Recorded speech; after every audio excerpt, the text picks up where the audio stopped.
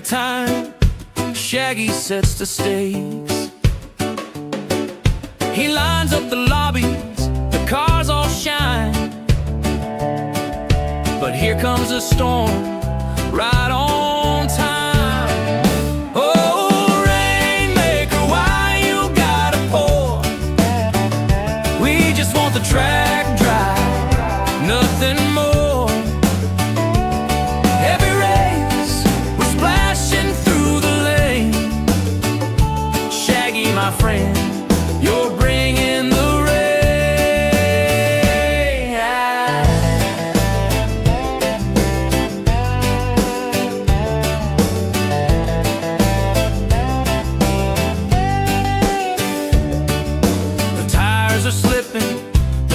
get wild. I'm hydroplaning, losing my style. We asked for the sun, a clear blue sky, but puddles keep falling, and I don't know why. Maybe it's luck, maybe it's fate, or maybe Shaggy's laughing at our state.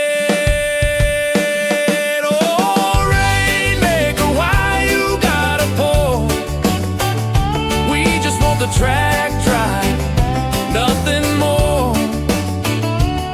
Every race, we're splashing through the lane.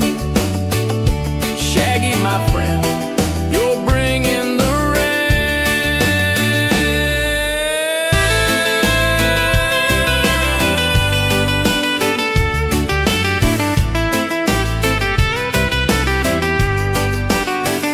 I see him grinning behind the wheel. He loves the chaos, that's his deal. But one day soon we'll outsmart the skies and leave the Rainmaker high and dry. Oh, Rainmaker, why you gotta pour? We just want the track dry, nothing more.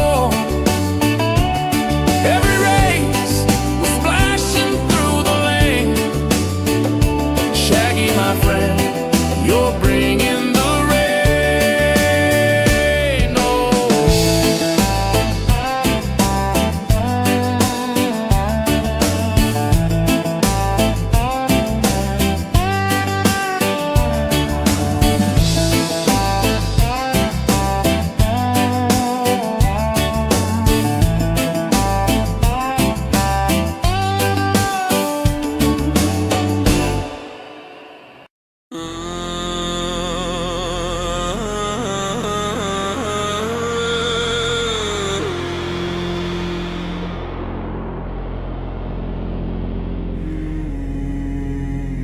Midnight on the Mulsanne, floodlights on slick tarmac. American thunder versus Italian art. Who owns the strait? Who fears the storm? Who breaks first? Who breaks? Hear it? That's not weather. That's a verdict coming down. Side by side in the spray, blue stripe biting a red. Carb heat, carbon dreams, both of us flirting with death. Ford's raw factory fury, Ferrari's knife edge pride. One building boardrooms, one born on winding hillside. This ain't just rubber and rain. This is Ford versus fate versus fame. Every drop's drum on the frame. While we ride new rules in the pain, let the storm call out our names. Hydroplaning, hearts through the flame. I'm wide open, wide awake. In the double elements we break.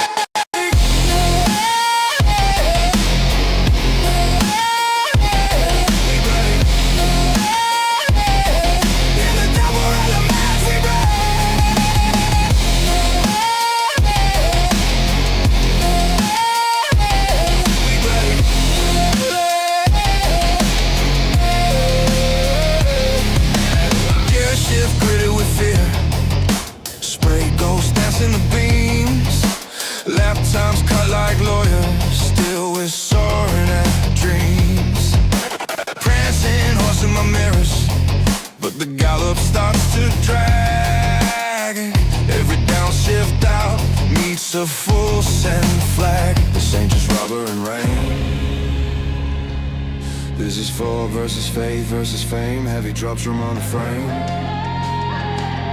While we write new rules in the pain, let the storm call out our names. Hydroplaning arcs through the flame. I'm wide open, wide awake. In the dapper elements we break.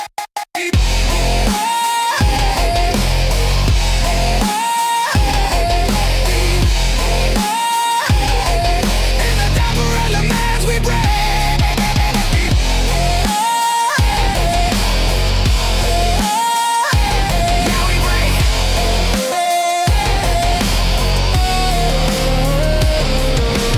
4 a.m. fury against finesse. One more lap to settle the stress.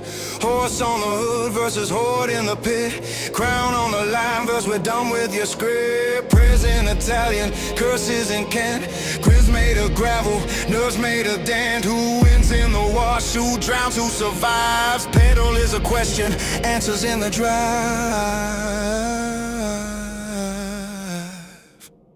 This ain't just rubber and rain. This is Ford versus fame versus fame. Heavy just drum on the frame. While we write new rules in the pain, let the storm call out our names. Hydroplaning arcs through the flame. I'm wide open, wide awake. In the dapper elements we break.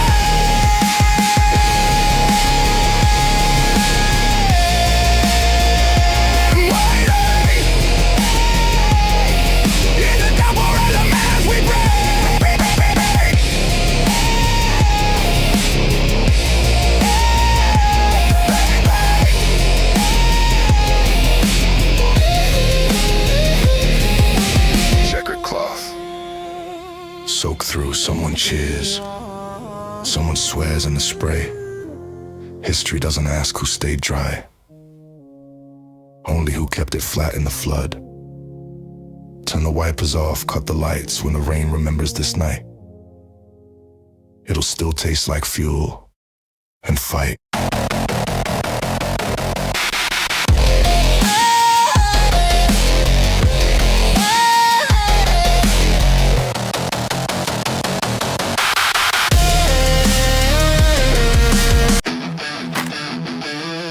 Yeah. Yeah. Yo, PHG in the lobby. Yeah. Lights flash, engines rise. Season 3 begins, and the world's watching with wide eyes. Yeah.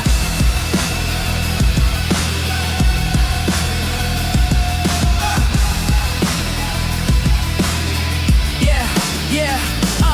Drivers from all nations, every flag in flight. The grid is stacked heavy, competition's tight, but PHG rolls deep, steady nerve, sharp aim. Every corner carved clean, every lap pure flame. Built the squad from grit, no shortcuts, no favors. Earned every ounce of respect from rivals and haters. But when the pressure peaks and the storm grows greater, there's one name whispered: Shaggy the Rainmaker. Dark clouds roll whenever he takes the track. Rivals feel the thunder rumbling right up their backs. When that visor drops, whole lobby starts to quake. Cause Shaggy makes the rain fall heavier than heartbreak.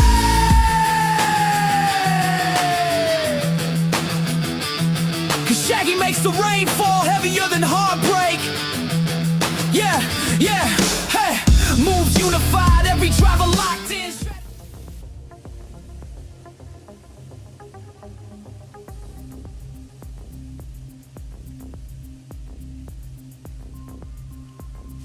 Welcome one and all to the second and last night of qualifying for round 4 of the PHG World Series Season 3. I am T-Case. We're here on Salamander's channel, joined by Papa and Q. I'm here. Hey guys. Good evening, everyone. We got you live now, Sal? Yeah, I'm on there now. Everybody can hear me. My microphone, for whatever reason, wasn't set up in Discord, so people can hear me. I hope. It says that they can. The world is now a better place. I'm in a better place. The world is a better place. The world is a better place. That's a good Yeah, point. now You that we say can hear so. And it looks like Shaggy's gonna initiate qualifying right off the bat here. We got 6 people in on this one, so we got a busy qualifier. There was only 19 people that showed up yesterday. Yeah. And I think people are afraid this might be a light round. I have a feeling there's just going to be a ton of people today, so we'll see how that goes. Yeah. I think we had 26 respond to the poll that they'd be here, at least last time I checked. Yeah, there's usually more people than that, or more people than what answer the poll. Indeed. And, I mean, you think about what this round is. Le Mans in the wet. Everybody wants as much practice as possible. When we were getting ready for this, I mean, how many practice lobbies did you see, Sal? I saw 3 as we were waiting for this to start up. Wow. So that's definitely the case. We're going to see some fast times. We saw some super quick guys, though, go out there yesterday. Q being one of them. Q currently sitting in P3 in the Ferrari. Q, what made you choose that Ferrari? Well, I figured the Ford GT would be the meta, so I gave that a shot. Thought it was just a little sluggish for me. Obviously, it was quick in a straight line, but I figured polar opposites would be the 548 or the 458 and the Ford, and I ran them both. I came in with basically identical times in my first practice session, and I decided then, I was like, you know what, I'll just get what I can out of the 458. I like the 458, I drive it as much as possible, so I just figured I'd stick with it. It's a good car. It really is. Yeah, I don't know how well that's going to serve me on race day, but right. You know, if I can get in the tow, maybe I'll be okay. RSR Zilla having an issue here. Coming down to the first chicane. Can you get it slowed down? And under braking, just loses it. I'm seeing this is full wet territory. I didn't get to see yesterday's qualifying. Did anybody even attempt intermediates? I don't recall seeing intermediates. Yeah, I don't either. I think he's got equal conditions on. It's just set for full wet the whole time, basically. Yikes. So it's hardcore this round. I think, you know, talking about my practice laps and deciding which car, I tried inners early on. Probably the first lap I went out, and half a lap in, I was like, yeah, back to the pit, throwing the wets on. Yeah.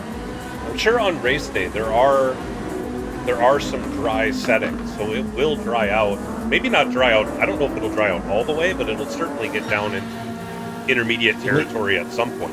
Well, actually, racing mediums are required, so it's got to dry out at some point. It needs to dry out at least one lap. It will. It'll dry out. Then it finishes in heavy rain. So I am underprepared. Remind me how many laps they're going to have to do. Well, jeez. Shaggy, you're a jerk, man. It's a long race. And I've got this vision. I don't know if you guys have seen Pee-wee's, what was it? Pee-wee's Big Adventure back in the 80s. Oh, yeah.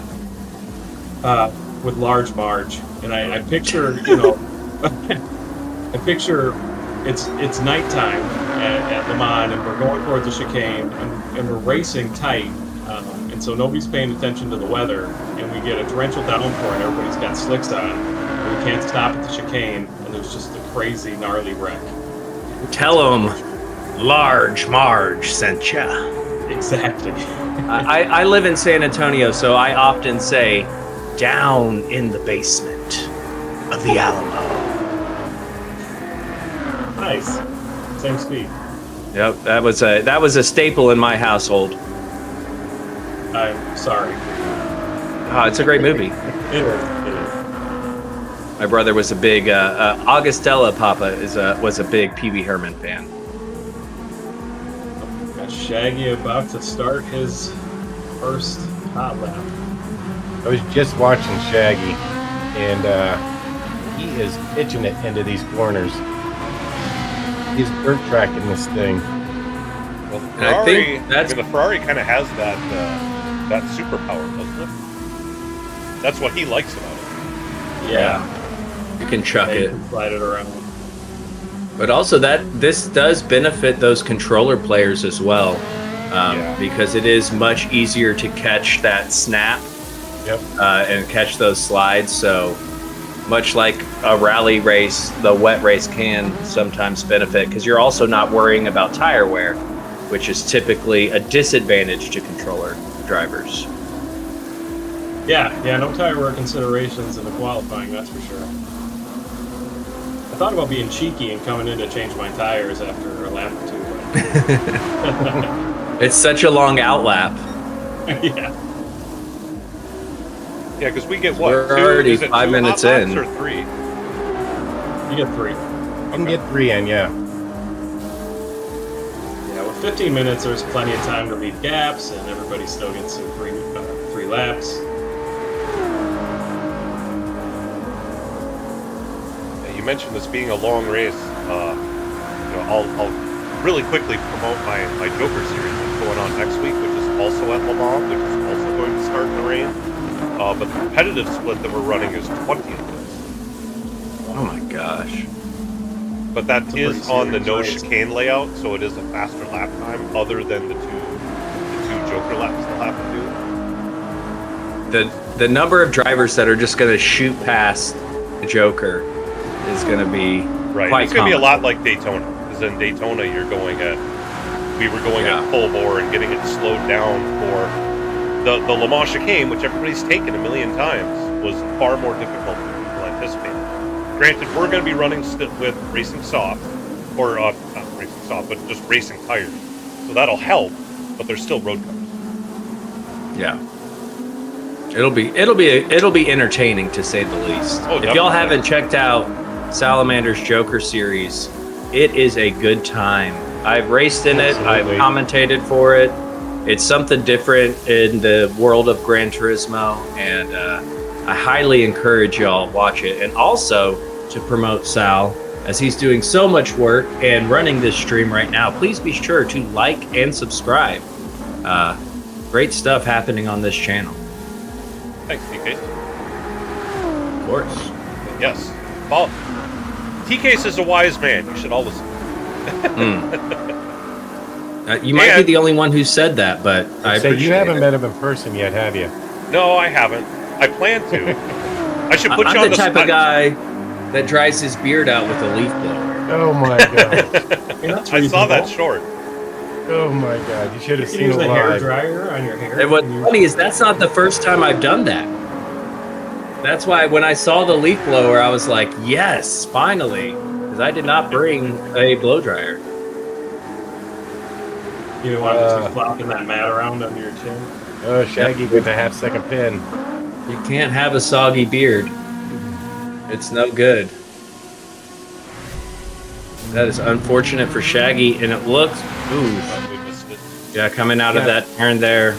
Yep, got it right before the pin, so gonna screw up this lap, and he's gonna lose about a second on his second lap. That's the worst place part to catch about getting penalty. it. Yeah, getting it in the last quarter at Le Mans, you lose 2 full laps. That's 8 minutes. Yep. Out the window. Brutal. I mean, he almost is better just to go to the pits and skip ahead, do the out lap. It's Actually, I no don't think he'd different. have enough time for that. He's just going to have to take a slow lap. Yeah, it'll all ride on the last lap for him. Yep. So I'm looking at the times here. We got Sliced and Wid are the only 2 drivers in the 419s. I know we have several other quote-unquote aliens to go. Has anybody seen anybody tap into that 418? 419.1. So But 419 Slice was on it. He was. It was 6/10 or something up on a 19.1 and made a mistake on the last corner, the last Yep. chicane. Hmm. It was a certainty that he was going to get it until it wasn't. So far we got Shazam with 25.9. There you go. Shaggy did run 24.3, but and with that penalty, it was We didn't see a lot of 296s yesterday. I think we saw A couple, maybe just one. Yeah, just one. Maybe not as much control in the wet as you get from the 458. Shazam! Going purple. Leading this way. Let's see, we had Sheldologist and C-Dubs were in the 296. We had two of them last time. Okay. Definitely the majority was in the 4 GTs. And one Mustang. One Mustang, yeah. Who was in the Mustang? Saint. Saint. Interesting. Interesting. See, I was always a fan of the other 4 GT. The Test, what was that? But I think they nerfed it a while. Yeah. That one I really enjoyed at Daytona, but I think they nerfed it way back when.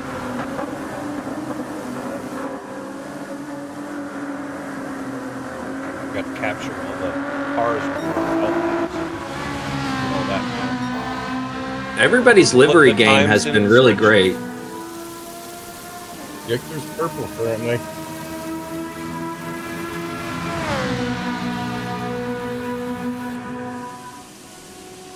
How Arrow's doing here?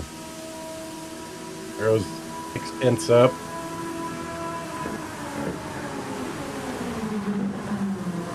Sam is 7/10 up.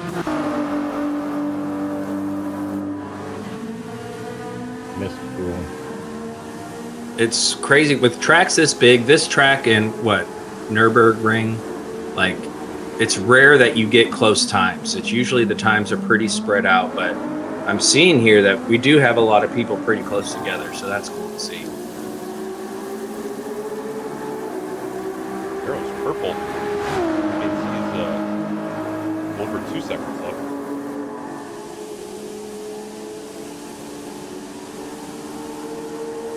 All right, Shaggy's getting ready to serve his penalty.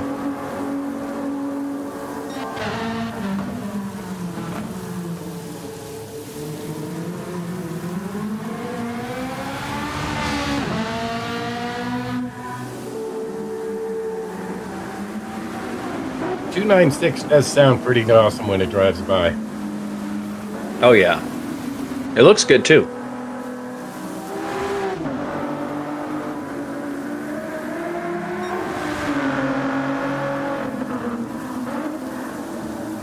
It's like everybody's, Half second or most purple. of them are going to push that, push that 425. And the 425s will get you right around P13 or above for now. Yeah, as we've been seeing a number of drivers queuing up. I think this is going to be a pretty busy night. I think Shaggy's pushing 423 right now. Yeah, Even I with think the you've got a pen? pretty good lap going. Yeah, even with the pin.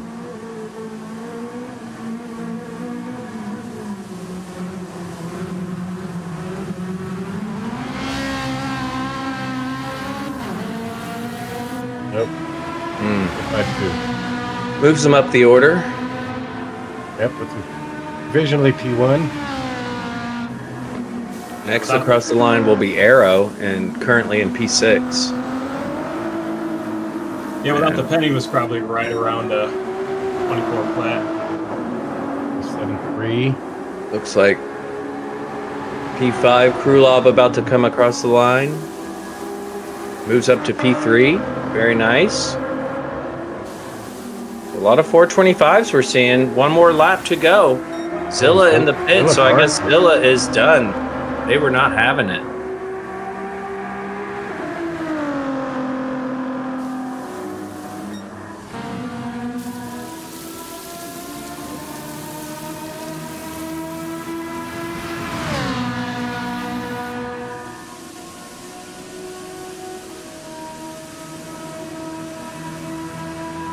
Zooming on down.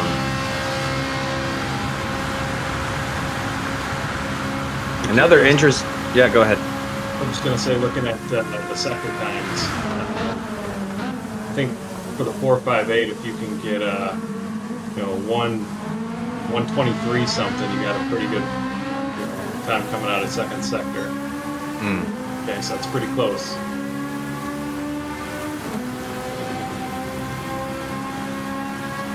Jixer just behind was improving on his time, but only marginally. But it's still early days. Let's see a few cars up ahead. Arrows have to look it up.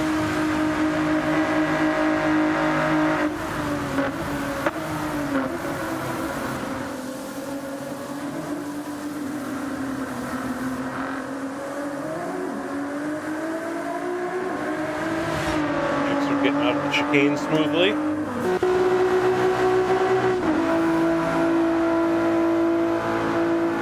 You mentioned how close these Shazam! times are. We got, what, 4 people in the 425? Yep. Bunch of copycats. Arrows pushing 8/10 up.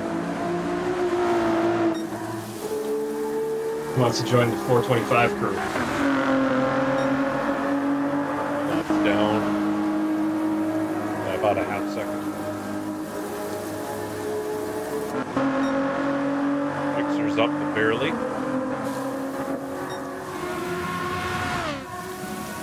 The Shaggy Dooster.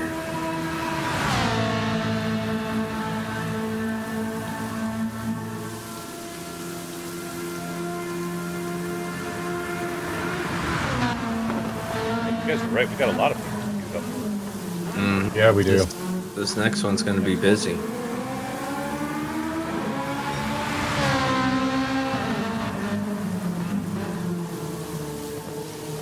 It's Carl in the chat.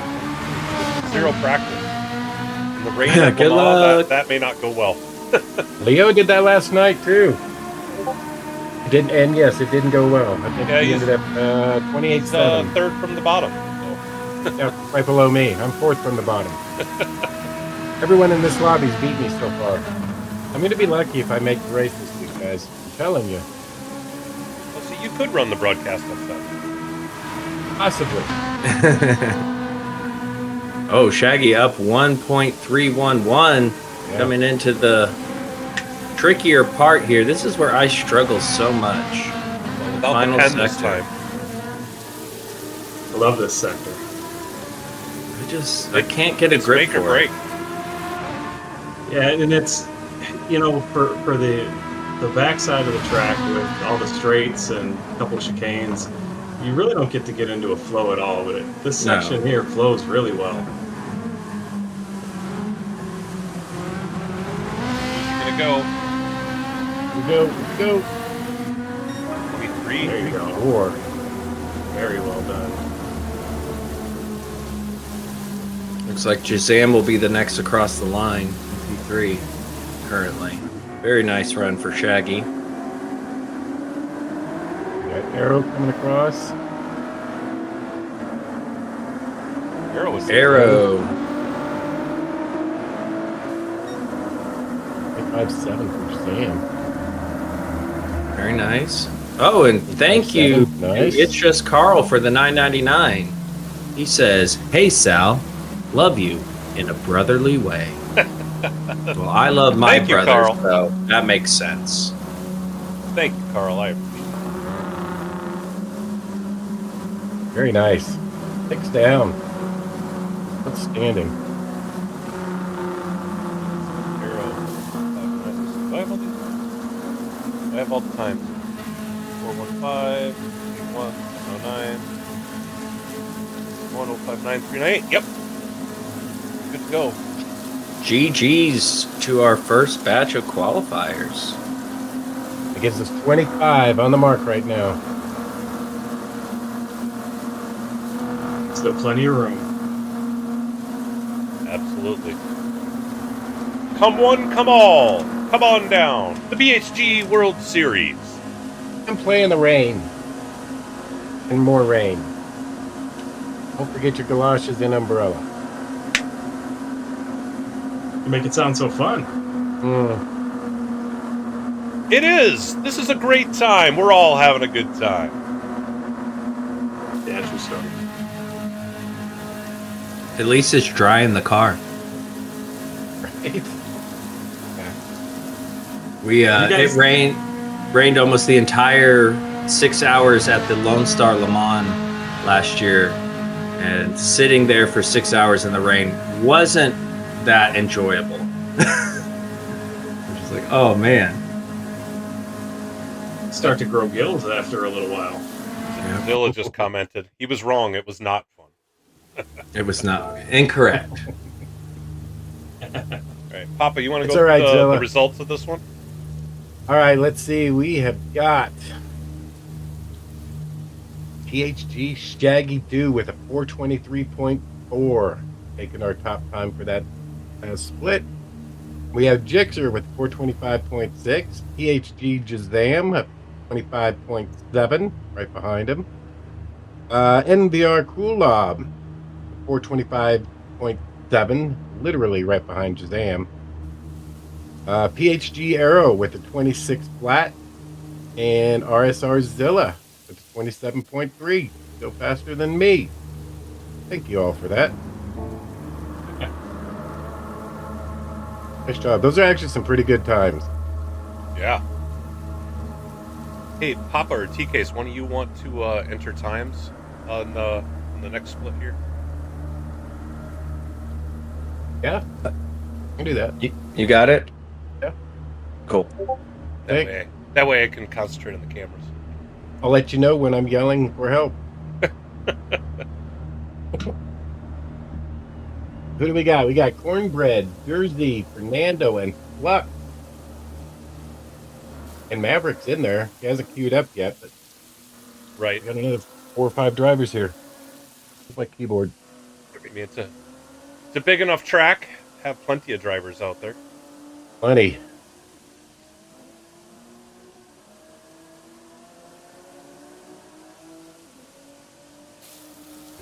Oh, I said, are you ready? Hey. Are you ready? Hey. For what's to come? At T-Case, you mentioned being in the rain at that race. I've been really lucky the last 2 years I've gone to the IMSA race at Road America. There's been no rain at all both times, but I'm sure that's only going to last so long. There's going to be one of these years I'm going to go and it's going to be rainy and miserable, but I'm still going to have a good time. I was going to put you on the spot. Are you going to try to make it to that one this year, T-Case?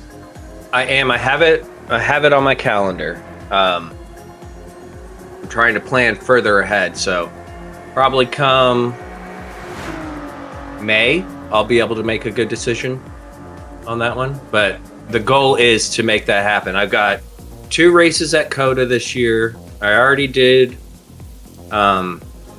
Daytona. I told Turbo I wasn't doing Sebring again. So Road America sounds like the way to go. It's a fun time. Papa, you should come too. Since you got family close to there. Where's that? Oh yeah. What are you guys talking about? Road America in Wisconsin. Oh, yes. My son, who just moved up there, I don't know, about 6 months ago now. Right. So you should come out. It's end of July. It's technically the first weekend in August. Is the IMSA race there. It's a blast. I know Sliced is gone the last couple of years, but I have yet to be able to actually hook up with him while we're there. Nice, Flux. I will say that was really cool. We got to see some people who weren't part of our group, but we knew through the YouTubes at Daytona this past year, which was fun. Because we had the proprietor there. He draws the crowd. Anywho, Fernando, you're on the wrong tire, my friend. That is not going to Good luck, Fernando.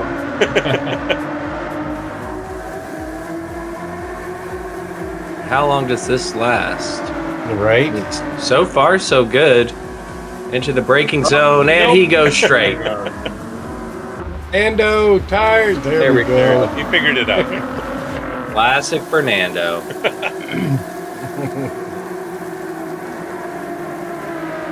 All right. If somebody actually does a full qualifier on the softs, you have to give them props. Yeah, Right? but it would take 20 minutes. If They we're wouldn't worried they'd run about out of this- time. If we're worried about this not being a full 56 drivers this week, somebody could do it. It's true.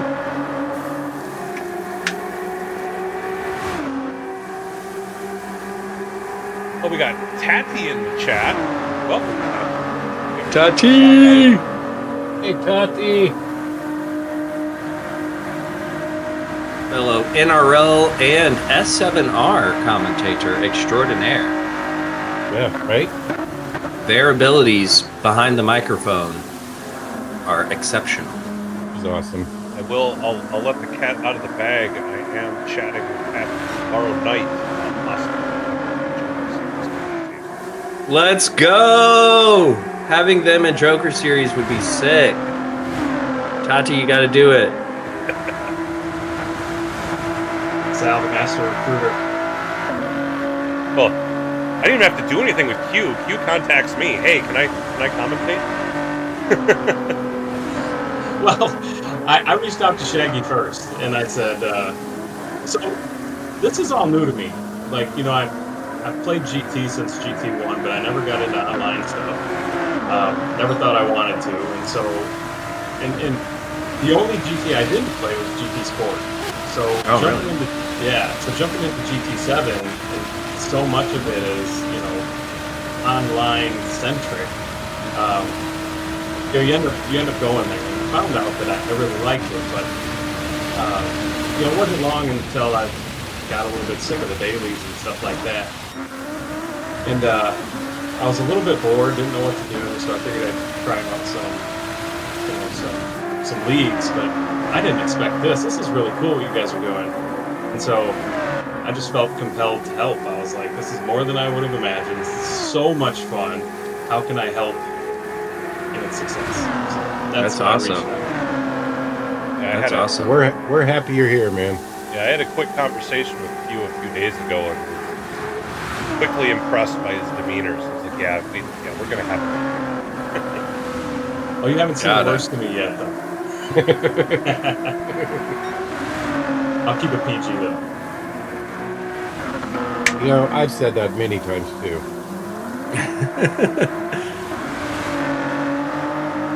My intentions are done good, pretty I assure you. What was that, Sal? I said you've done pretty good at keeping it reined in. I know how you maybe guys. Uh-huh. So many expletives. Well, you have no idea. They're just very versatile descriptors. Oh yeah, Yeah, some words hit harder than others, and you got to use them. Yeah, when I never realized just how much I started muting myself once my kids started getting to be talking. And the last cruise I had gone on, apparently after we got back, my wife at the time told me that I was letting them drop constantly because apparently I was making up for 10 years of not being able to swear much. I was packing it all into one 7-day cruise, I guess. I didn't realize I was doing it that much. That's funny. Once I returned back to my normal self, whoa! Slow down there, slugger. All right, Flux on the clock. Red right behind him. Jersey following up with him. So we got what? Nando's giving himself a gap. So we had so many Ferraris in the last stint. Now we got 4 Fords in this one. So Yep. Can't interesting. let it mix.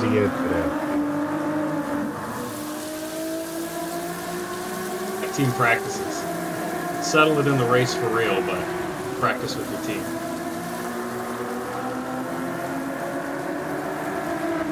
Cornbread and Flux have a decent gap between them. Jersey's probably a little close for a long track like this, but we'll see how that pans out. Fernando doing everything he can to make sure he's not getting in the way, so that's good. I didn't realize Jersey was a controller player until last week when he was in our broadcast. Yeah, I didn't realize that I don't either. know. Yeah, I just kind of assumed he's so quick. I mean, not saying that controller players aren't quick. Obviously, we got Shaq. We got a handful of them. You just kind of assume. He was telling me yesterday that he's planning on getting a rig.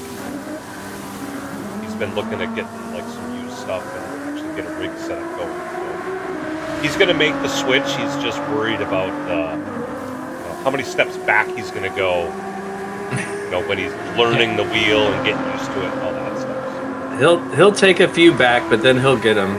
That's how I've been with VR. I did a stream on Monday in VR. I'm trying to get better at it, but it's hard. It's so cool, but I'm so much slower, and my racecraft is so poor in VR. Is it just sensory overload? Well, it's a different perspective because I use bumper cam, and so then you're in cockpit, so your braking points kind of change. The radar's kind of off to the side, so you kind of have to look at it to see it.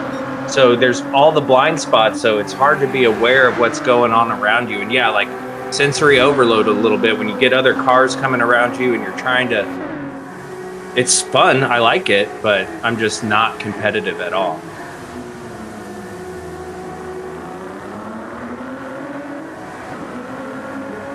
I do find my braking is better. I can brake later and better in VR for some reason.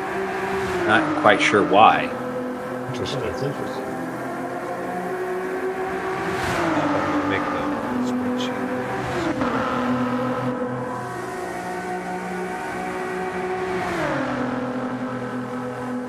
If I color code the drivers out there, I can sort it by color, so you don't have to scroll up and down to find it. There you go. Oh, nice. Good idea. Look at that. I'm an IT guy, so this kind of stuff is like, I know how to work with spreadsheets. Run OBS. When I went to business school, Flux, there we go, got it done. I went to business school. That was one of the things. Every class you took had to have some Excel portion. So we just got like in-your-face Excel for a couple years, every single class, even if it was like a class that you wouldn't think you needed Excel. They were like, nope, you have to use it. That's part of the curriculum. And Flux into the kitty litter. Well, it's pretty See if he moist stays now. off to the side. He does. Good job. That's cornbread through. He almost went too deep earlier. Get that from your perspective. I think Yep, he doesn't Fernando's get off the carrying a brake. half-second pin right now, too. Yeah, he just out brakes himself and can't get the car rotated. Cornbread's going to drop our first timed lap here. Jersey not too far behind that. Yeah, Jersey's been sticking with them, so they're going to have pretty Yep. similar times. Yeah, they are.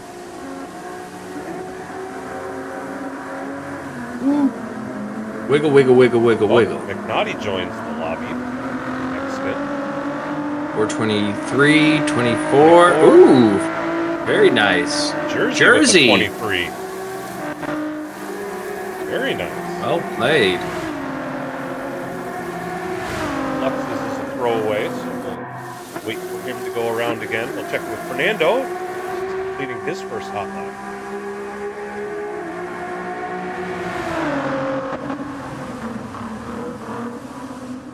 Tell you what, last night, Fernando and I were pretty equal in the Red Bull Juniors. We almost every race, it was me and him, and we had some amazing wheel-to-wheel racing last night. I was very impressed. 28.5 for Fernando.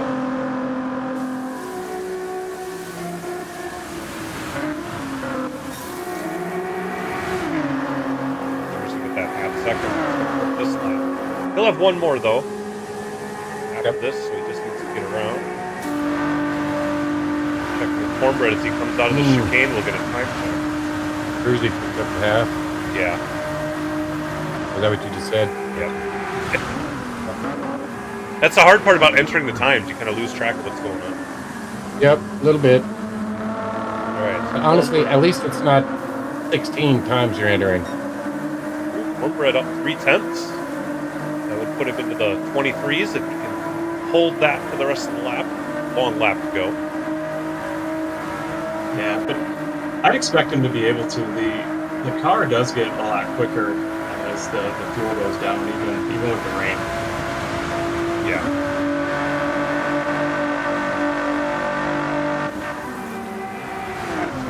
See if Cornbread's been able to maintain it coming out of the second chicane here. Pushes the car. lost about a tenth and a half. Where Flux is at. Ooh, he's 3/10 purple, so he's looking at possible 22. Looked like Flex was catching these in front of him a little bit. Yeah.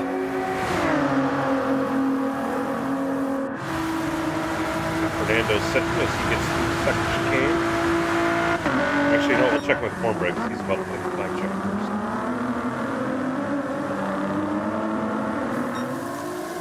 Still up a 10. Flux up a half second purple. Wow. He's got a good one going. Yeah, he's got a heater. Fernando down 1.2. Will Fernando get around for another lap? Yeah. I think everybody will get one more lap. So this isn't the last one. Jersey will be serving this penalty shortly. As long as he can get to the line, he'll have 5 minutes to finish the last lap. Ooh, He ran should be off okay. there.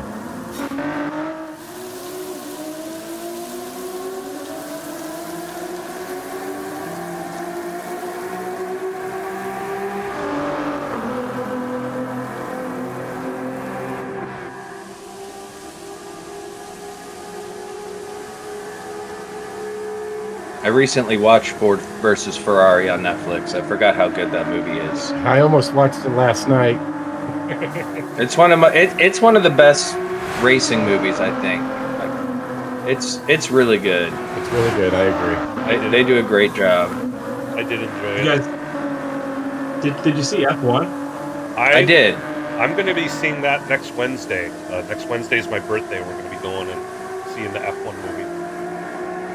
Oh, Cornbread's got a good lap going. It is. And he hasn't been purple, but he has been faster than his previous lap. He was up 3/10 at one point, and then he got it down to being up by only 1/10. Let's see how he does in his final sector here. Across There the we line. go. Improved 8/10. Flux takes the lead. Wow, with a 22.5. Dropped a lot of time. Good lap. That's All right, a very Jersey. good lap. Head down, focus, Jersey. You got this. 22.5 is going to put him right behind UQ as 5th on the speed chart overall, provisionally.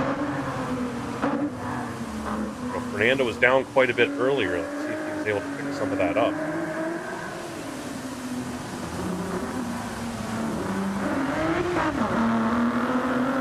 He's gonna have to give it his all on this lap. Well, he did pick up at least a half second, so he's definitely got a quicker time in here.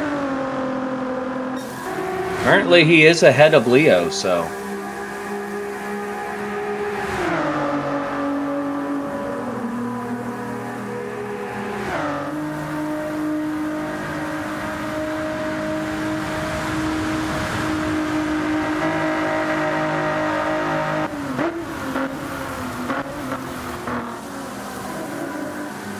Cornbread getting to the first time check here.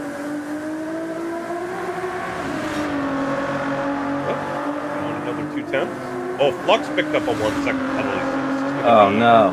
Ouch. likely a throwaway lap for him, unfortunately. Let's see if Jersey's had a good improvement. Ooh, Jersey's down 8/10. He's going to have to make a serious the rest of this lap.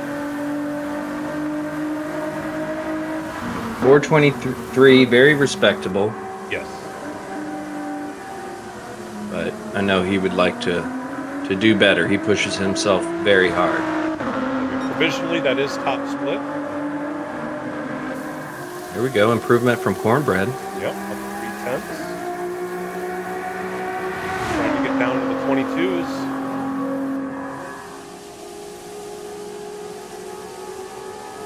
Fernando's up by a 10th on his time. Coming out of the first game. Go.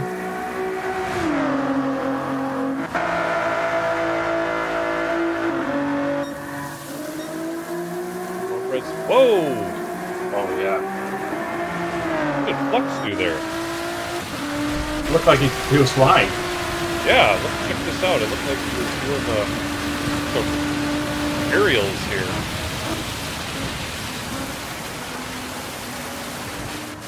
Oh, into the ball. Jumps the bollards. Just a hop and a skip. Yeah. So he was flying. He was flying. He's got a flyer though. GT physics.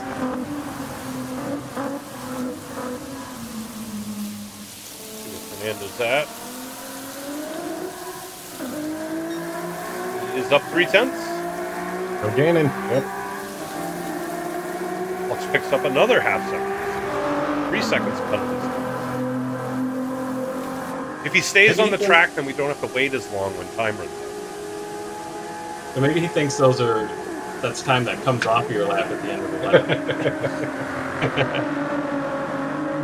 It's not how this works. It's not how any of this works. Not yet. Cornbread's up. Under a 10.5. He kind of keeps yo-yoing. He'll be like up a 10, Mm-hmm. then he'll lose a 10, then he'll gain 2/10 back. That was a good exit. Was. Yeah. Push that to the max. Using all that track there. Something Pyro likes to remind you of, right, Papa? Yeah. He's all the track. Did He's he all the cut- track. That was might have been a that? cut. I think he's safe. Oh, man. Jinked him. He was up by, it was less than a 10th. He didn't lose a lot there, but that's still irritating.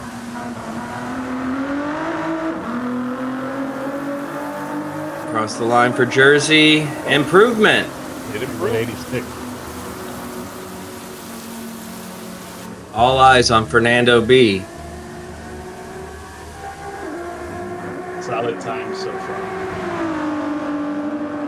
Yeah, 22 to 23.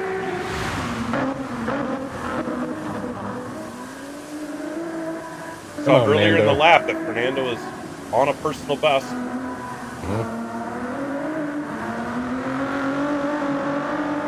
Looks is back there just having fun. Big game. Oh, 2 Nicely seconds done. off. There we go. Great improvement, Fernando. Great improvement.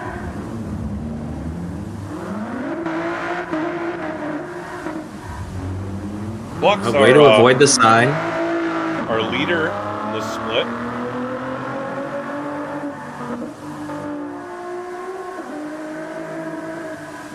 Flex P4 overall. Jersey P7. Cornbread P10. Wow. Three Solid. top 10 drivers right there. Until he incurs his penalties and we'll start last. No, just kidding. Fernando Nah. P22 out of the 29. There you go, Fernando. Wow, ahead of Corridor. Interesting. It looks like we have our 4 drivers here. PHG Flux with a 422.524. PHG Jersey with a 423.186. Cornbread with a 423.437. And BHR Fernando B with a 426.403. All drivers in the 4GT race car. All right, let's take a quick minute to shout out our sponsors that we have for the PHG World Series Season 3. First off, we've got 4D Racewear, makers of some pretty epic sim racing gear. You can go find them at 4dracewear.com. You can use code PAPA10X or Salamander10X at checkout to get 10% off your order. Also want to thank Vex Graphic Design. You can find them on Instagram. Lithograph Comics can also be found on Instagram. And The Mist Chronicles, a 3-book series written by our own Tuzzenbox. You can find that book series on Amazon. Thank you guys for sponsoring PHG World Series. Super cool. Super, super cool. Looks like we got 5 drivers in for the next stint. 2 of them NVR, Maverick, and Croatian. I will mention Croatian has volunteered his services to also help out Baxter Petey with the graphic design stuff. So happy to have him on board as well. The McNaughty and S7R Stig Xander, two people heavily involved with IRO, another popular league out there.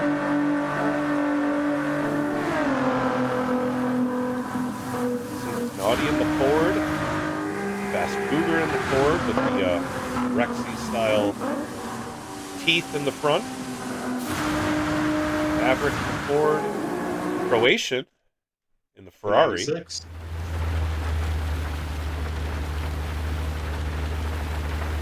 I didn't see what Stig was running. We'll find out shortly.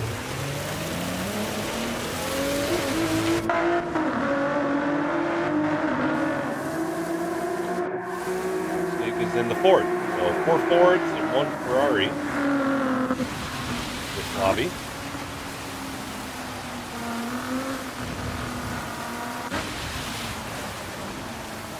These NVR guys at least use the same color scheme a lot of the time.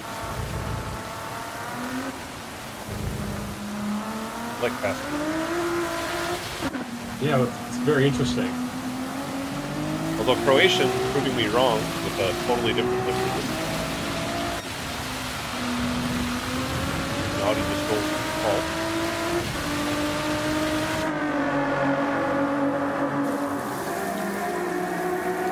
McNaughty leading the train this time around. Stig Xander shortly behind. Hopefully gives a little bit more space to get to the start-finish line, which is a ways away.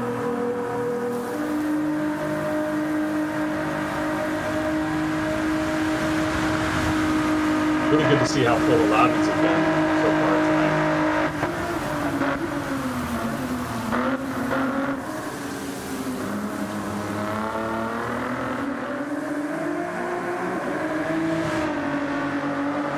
We don't usually get 4 or 5 drivers on the regular, but I have a feeling that may be much of tonight.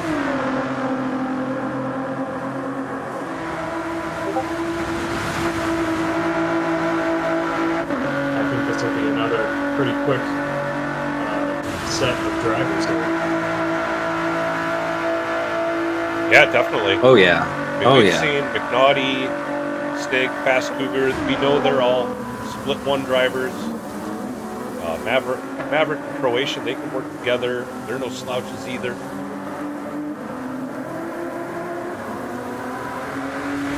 Stig Xander, I believe, was on the latest episode of the Dumb Guys Do Racing podcast. I haven't had a chance to check it out, but I remember seeing Stig Xander on there. Very Yes, cool. he was. I did listen to that on Monday. It was a very good interview. I definitely suggest go checking that out.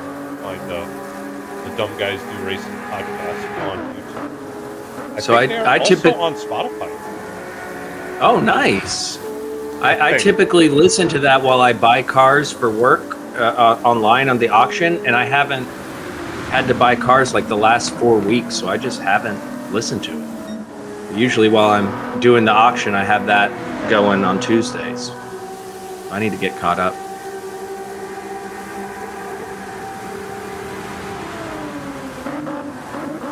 Papa, you need help with the sorting? Yeah. How do you do that? So I saw you. Told you. Yeah, so I saw you sort by color. That puts the colors at the top. Right. Yep, so do that. Now, now sort again, but sort by the alphabet A to Z. And it'll move the colors to the bottom. There you go. So you just have to double sort. Although you got McGav already at the top. There you go. Got it. Thank you. You're learning. They can be taught. Yeah, who said you can't teach an old dog new tricks? Everybody who works with me. What do they know anyway? You should see this man try to take a timed selfie. Oh my Like God. where you set the timer on the camera. It was Let me over a year hint. ago. He can't do it. That's not fair, TK. Nobody can do that. We watched my brother do it in a matter of seconds. He did. This last year. Super With my phone. But to be fair, my brother, he is one with. He's like Neo. He's like one with the Matrix. Nice. McNaughty abusing those curbs on his outlap. It's been fun to see McNaughty in these races. You know, he's taken a step back from streaming after season 6, believe it or not, of NRL. And it's just been focusing on, you know, family and enjoying the game and less on the, you know, the YouTube production side. But I love that he is making it a point to be a part of this league. Very cool to see. I did mention before, he has been heavily involved with IRO. Some of the few streaming he has been doing lately has been broadcast for them. Oh, nice. Is that through the IRO channel? No, it's on his Discord. It's just for the IRO, you know, kind of like what we're doing here. You know, the PHG World Series, but I'm broadcasting. He does the same thing. Oh, I wonder why I haven't been seeing that. I need to go back and look. Well, so the new season of IRO has just started. Oh, that's why. Okay. But at the end of last season, he was doing quite a bit of that, and I think he was also doing the S7Rs league that they were doing. Yeah, he's at the end of last year as well.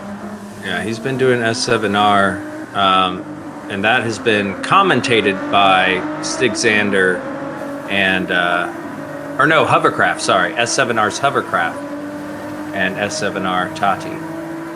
Really fun series to watch. For those that may have not have watched the qualifying last night, we had Hovercraft in as a special guest to talk about Section 7 and all that. I was busy last night. I haven't gotten a chance to watch. I haven't seen it either. Yeah. I plan on going back to watch, see what they talked about. Very informative. It was very good. Yeah, he knows what he's talking about. Greasy is still part of Sector 7, isn't he? Yes. You need to get him in here. Yeah, I think a number of us have bugged him about coming to race here, but I don't think he does a lot of leagues. Yeah. And I know he's got some restrictions on time. Yeah. You know, with real life as well. But yes, we would love to have him. Greasy's a great guy. I love watching him. I like, yeah. Silly real life. Always Come on now. Dang it. Don't we know GT7 is life? Come on. You guys got a pretty good lap going so far. Yeah, sector time is pretty good. I saw that at 228. Yep, 228.3.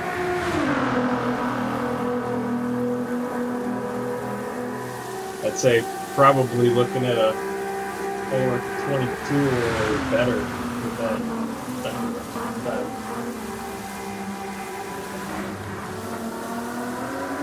Oh And I yeah. want to make a public apology since he's in this lobby right now to MDR Maverick for completely destroying his race last week. Oh, yeah, that's right. So bad about that.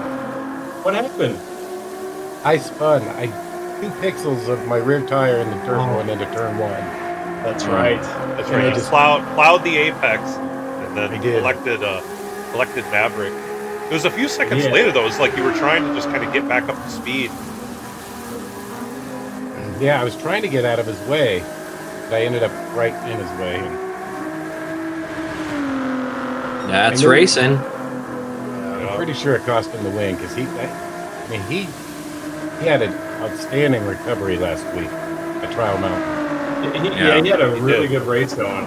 Not to rub it in or make you feel guilty, but yeah. All right, cues out, guys. He already sounds like a PHG member. You might as well Right. just join. Might as well throw those 3 letters in front, you. You can even create a separate account. That's what I did. Yep. I got my PHG account that I baby and I don't risk any DR loss, and then I have my regular account. McNaughty at the line with a low 22 flat. That's P4 overall right there. Top split. 25-1. Oh, Maverick picked up a penalty. So That lap's not going to count. Plenty of time. Scooter using all that track. Jinx.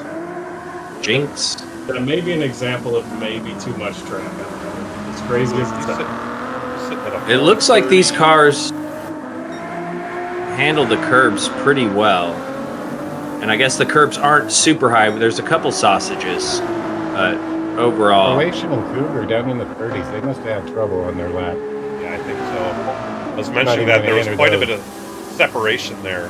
They must have had some sort of issue. Like many of our qualifying splits, it's going to come down to that final lap. I love that Shaggy's done this though. Like this is a unique. I think this is really what makes the PHG World Series different from other leagues. Because yeah, you look on paper, a lot of these combos. I mean, we're in Group 3, Group 4, whatever, typical tracks. It looks like your standard World Series type races. Already over half a second up. Very nice. But having the qualifying during the week to set the splits really separates this league apart. And it makes, I mean, we haven't had a non-exciting race. Even the bottom split has been exciting. Yeah. And it's really cool. It's really cool. Really good job. And this is definitely a challenging one. You know, it seems though that every week there's a little wrinkle or two to the way that Shaggy sets it up that just makes it interesting and fun. Requires you to practice. Yep. Really well done. Yeah, and we talked about this at Daytona because, you know, when this first started, like I'm a road car guy. I like different stuff. And so on paper, when I first saw the World Series, I was like, how is this different? How on earth is this different from what PD gives us every time? And then we had our first race and I was like, oh, it's completely different. Wow, 7/10 up. Yeah, Naughty looking good. So shout out to Shaggy. He does know what he's doing. Maybe on paper it doesn't look like anything, but when you watch these races and go back and watch these broadcasts, you see exactly what he's doing.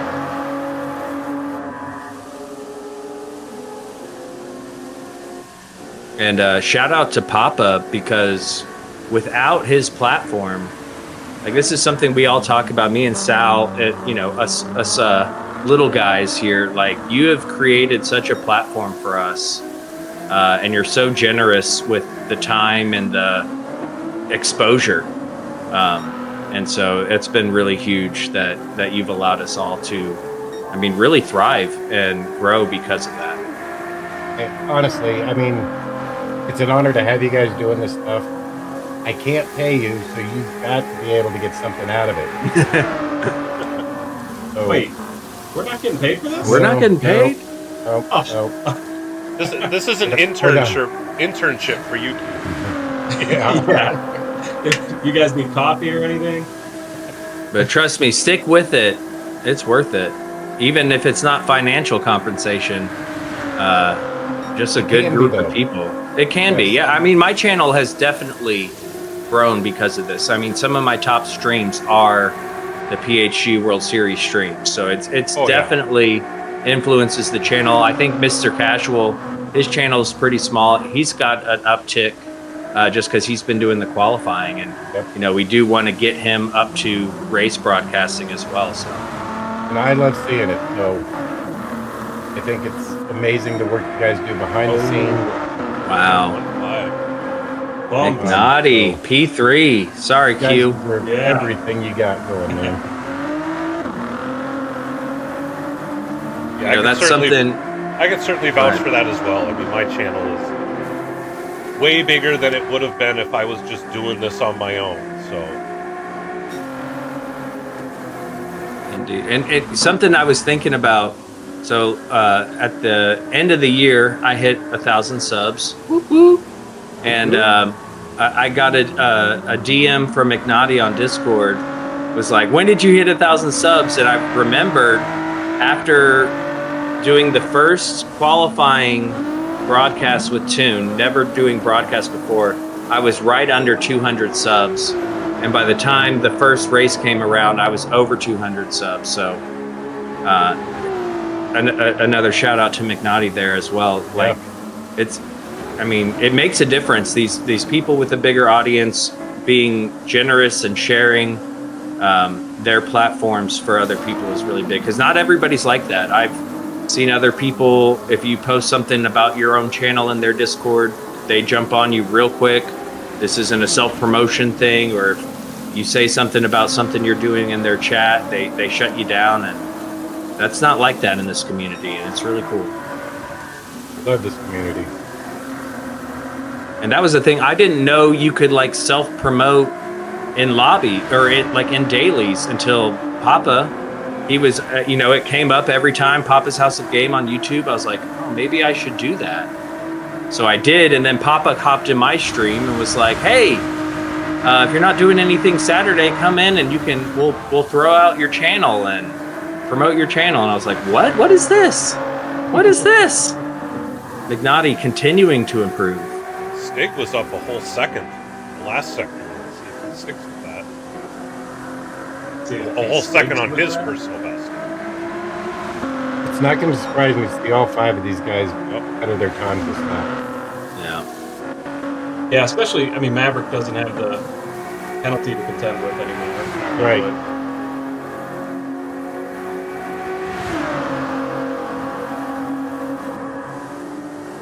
Keep an eye on him, see where he's at this next time check.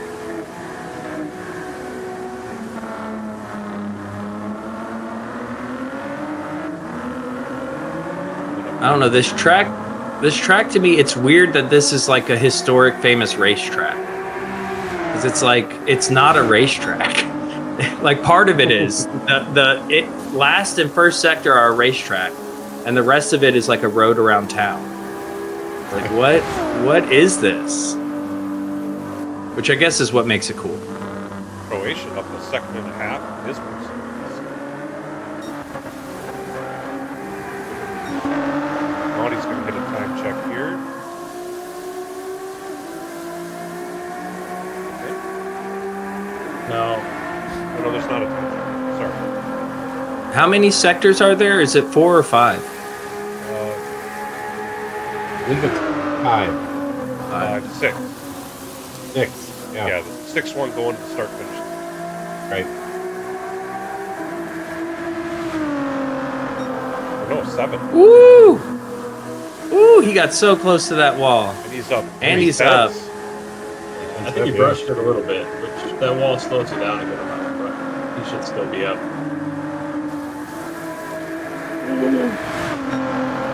Stig up 1.2 seconds. Maverick up 1.5 seconds. Everybody with big gains at this point. Yeah. Gotta give it their all. Fast Cougar in the Cougar Mobile. He's going to get the start finish.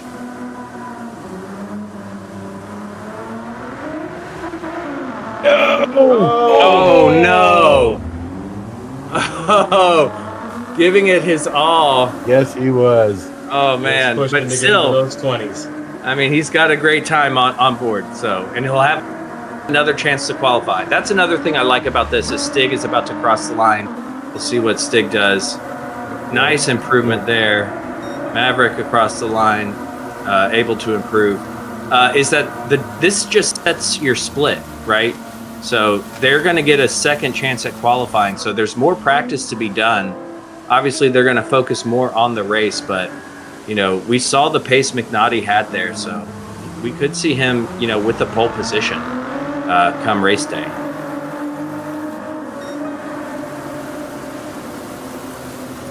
Another second off for Fast Cougar. That's 3 guys with over a second improvement in this final lap. Croatian drops 2.7 seconds.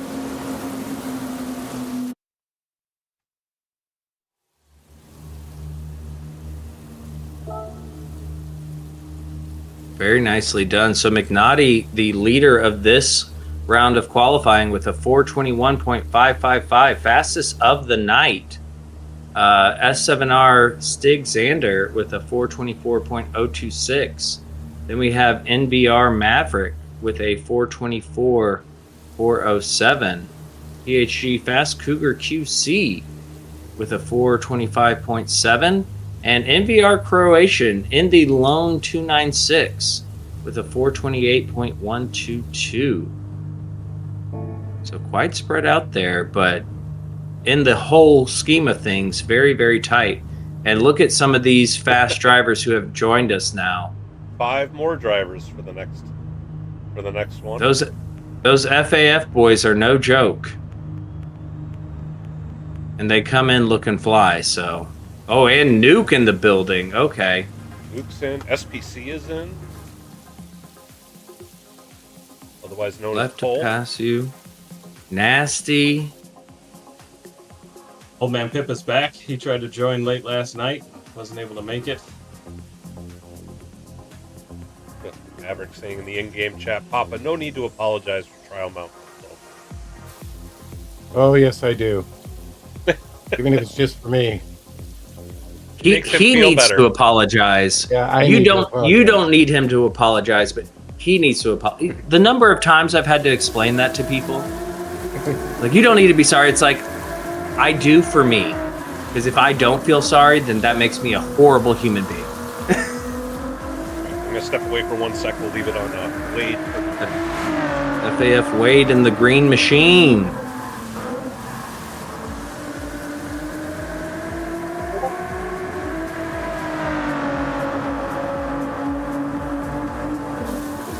Man, so Q, your thoughts after seeing McNaughty there, just barely. I mean, you have a 421.637 in the Ferrari 458, so shout out to you for doing that. And then you see McNaughty with a 421.555, and he was improving.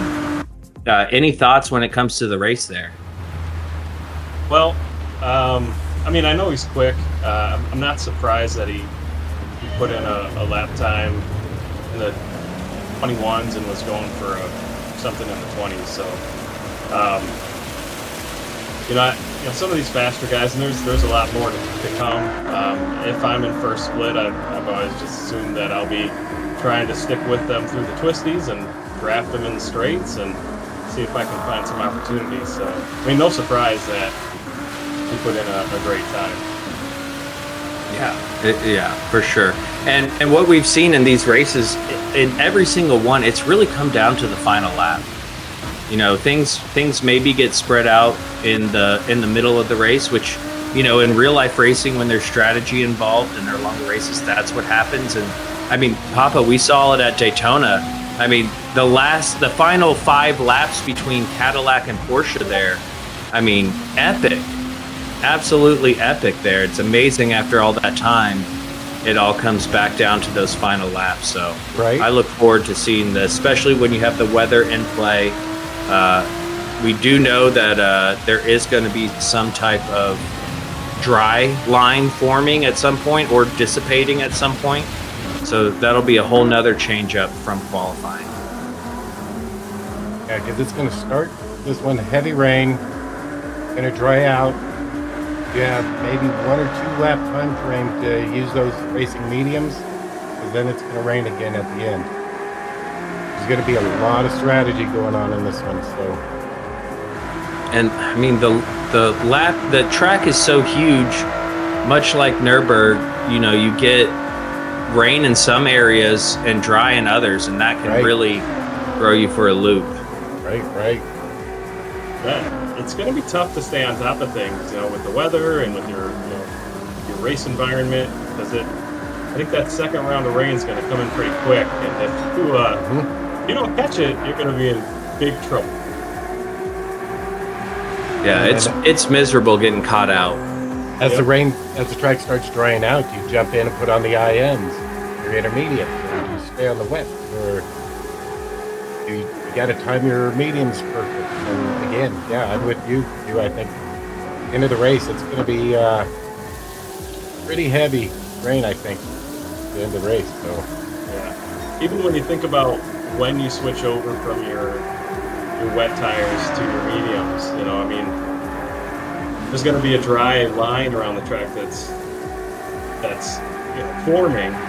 But if you jump the gun and go to mediums and you find yourself off of that line, it could be Oh, right, accumulator real fast.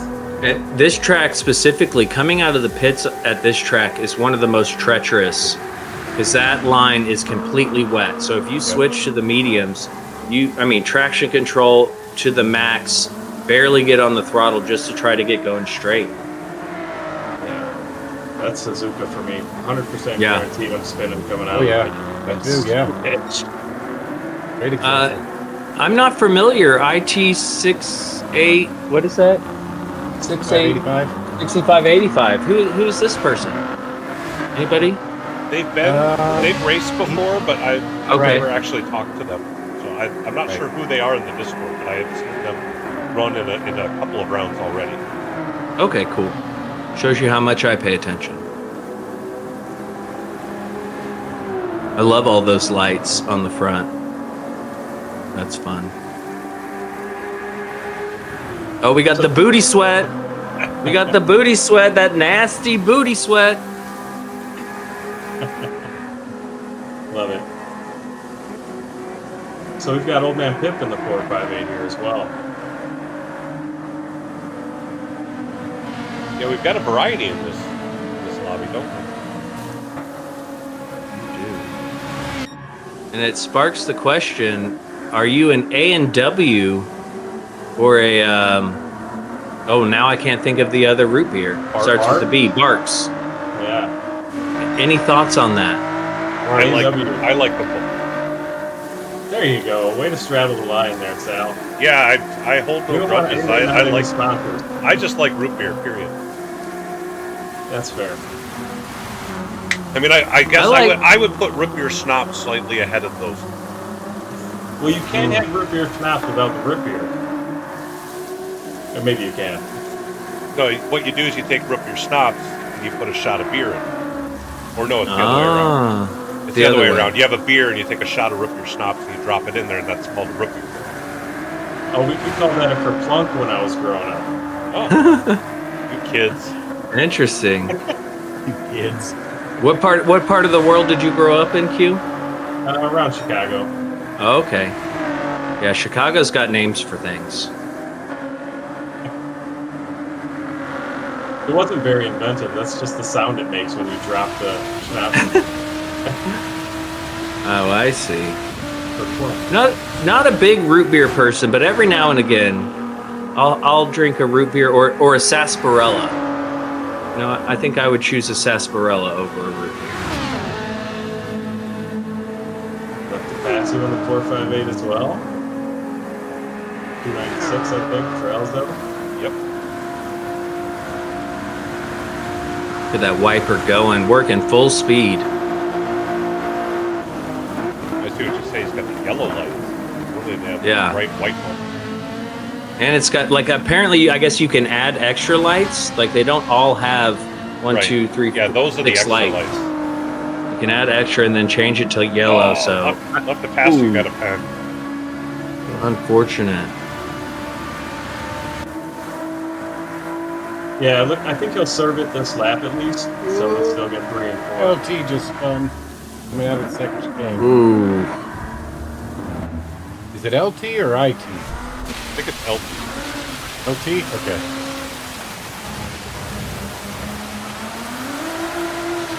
He's able to get Brian. He almost saved it. Yeah, he tried. Curb was a bit too wet. A little too much of the loud pedal. Nasty must have gone over that with his booty sweat. If with half second 10 too. Yeah. So now what LT really needs to do is just pull over and let these guys go by. His lap is done. Want to make sure not to hold up either of these other two with the gap that they've established. Right. Or actually, he's got a decent gap. So maybe he's fine. You can just kind of stick with it.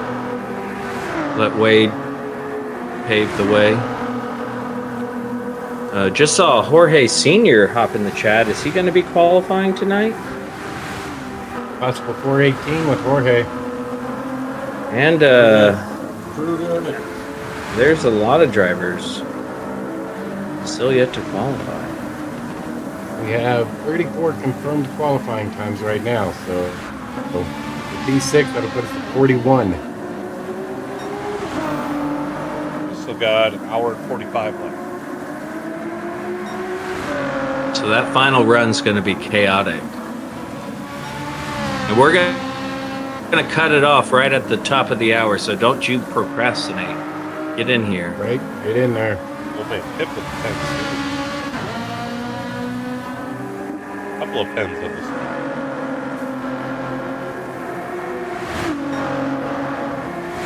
Did Wade have a problem?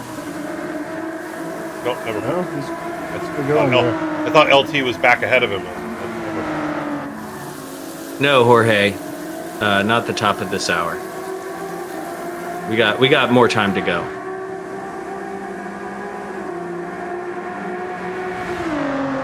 Top of the next hour. Oh, it's me. That one snuck up. Man, I've been getting attacked by the sneeze monster. I had to mute my stream, and I've muted my microphone a couple times. Something going on. It went from cold, and now it's been like 70 degrees as Wade puts in the top time. And I've just been getting attacked, and I'm one of those people that screams when they sneeze. Very violent. Yeah, I scare the whole house when I sneeze. I think the neighbors freak out. Well, I had a couple people were watching my stream yesterday with headphones on, and they spoke loudly in the chat about how I hurt their ears. I don't mean to. Right, so FAF Wade is currently our fastest driver, 24.8. First time around, followed closely by Elzo, 25.9. Wade already took an improvement. Did left to pass you serve that penalty then as well? I guess we'll find out. I believe he did. Elzo's lost a whole second that first sector. Yeah, left to pass you. Must have served that. Oh, but he just picked up another one. Oh, come on. Gonna have to If you clean it run up for just that a last little bit lap. wide, yeah, you've got to keep your wheels on that curve, but when the curve ends, at the end of the curve, if you're not back over the line, you're going to pick up that penalty. See, I always get caught out in the chicane, and I end up cutting the second part of the chicane because it's the white line that is the penalty line, not the curb, and it drives me crazy. Good improvement from Wade. 6/10 up.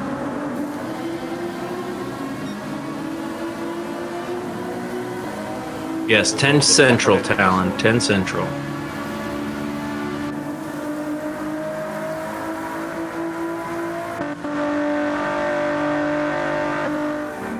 Talon points out that you said sneeze monster. I've never heard that before either. No, well, you've never been attacked by it then. when you get attacked by the sneeze monster, you know. Wait, Unfortunately, you're saying it's imminent? it happens. You never know well, it happens to me. Maybe they just like me a lot. I travel a lot, and when it happens at the airport, it's the worst because I feel horrible because I'm just like screaming in the airport and spitting my juices everywhere. Like, try to get to the bathroom as quickly as possible and just sneeze in privacy. You know, thank you for that. I'm just now getting over being sick, and I'm pretty certain I caught it in, the metal tube of the airplane. I was going to be hacking up the water. Oh, in that fart box? That's what I call it. It's just a fart box. Yeah. There's no circulation. You're just breathing it all in. You get attacked by the sneeze monster in the fart box. Oh yeah, that is the worst. Duke was also up half-second purple that last sector. So him and Wade both lay down much faster times on this lap. Yeah, it looks like LT LT is closing caught in up on to Wade. Wade. Yeah, He may have an even faster time. He's moving. He is moving. It's so tricky. Yeah. One thing I've wondered, and I don't think I noticed it in my quali, but it was just me and I don't remember who I qualified with. It was just me and one other driver. So when you Win, I race, think, weren't you? yeah, it was Win. That's right. So during the race, you're going to be a little bit quicker behind you know, Yeah. not out front. And I don't think that that's the case in this qualifying session, but Correct. I'm still curious. Yeah, Shaggy's been turning off the slip for the qualifying during the week, and then during the race, it's turned on. So yes, and that's going to adjust their braking zones. That's a great point, Q. But I'm not talking slip here, but on a wet track, if you're behind, you're going to get a little bit more grip than the guy. Oh, I see. Yeah, good point. But I don't know if with the constant weather on it. Woo! LT into the 23s. Duke in the 23s. Yeah, I think with it being equal conditions, it's not ever going to dry out. So it's constantly raining, but in the race, it is going to dry out. So you're right. That's going to play a huge role in it as well. Oh man, Pip with the big improvement. Very nice, Pip. Up at the 45s. Got the Beehive Racing Crew.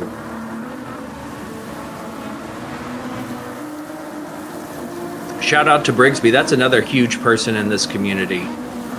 I'm sure everybody knows who Brigsby is, but talk about a kind human being. Been enjoying his guitar streams lately. If you're left past, you can stop getting penalties. It's purple.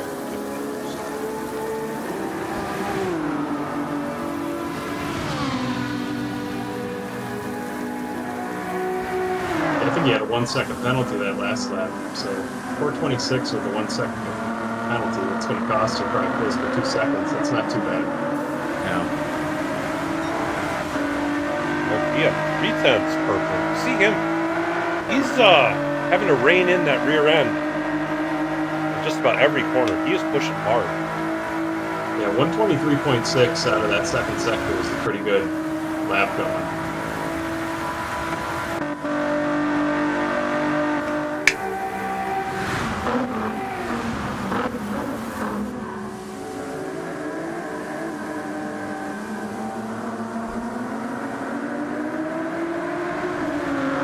LT is continuing to close in on Wade, who is purple. Missed the time check. Duke up just under a tenth on his personal best.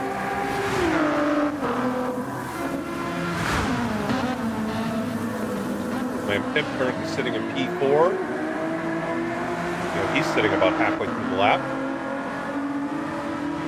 Next time check. He's up 3/10. There you go. We'll stay on with left past you. He was having a really big improvement. Now that he's not got that pen serve, see if he's continues to be in there.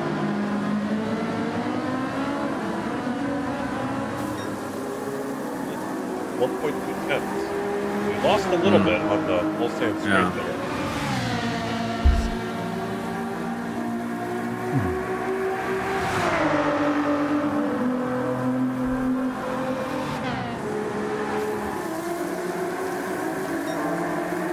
Continuing to push hard.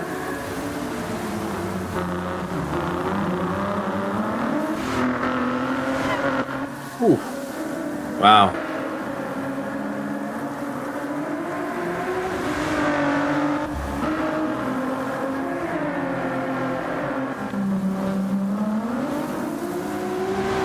I like that camera view right there on the curb.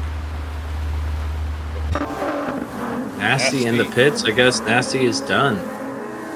Must have had an issue that wasn't going to make it worth finishing. That's unfortunate. Too much booty sweat. Probably. You can never have too much booty sweat. Oh, you nailed it, Q. Well done. I was gonna say that if nobody said anything. It had to be said. Knocked it out of the park. I'm telling you, You put it on T. just add those letters to the front of your name. You fit right in.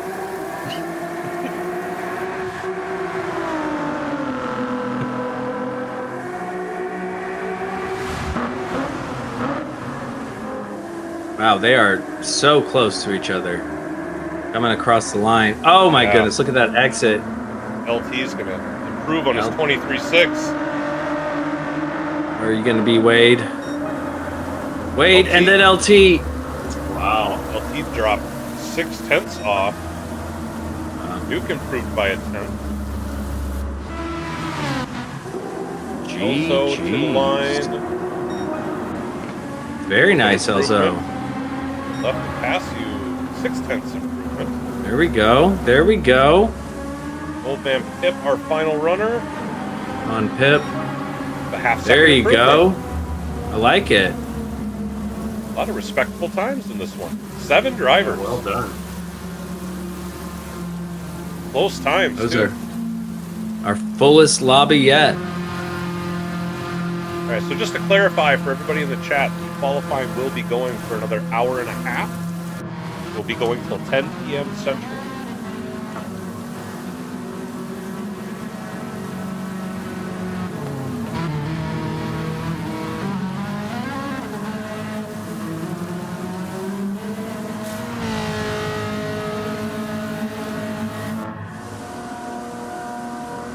LT doing a great job there.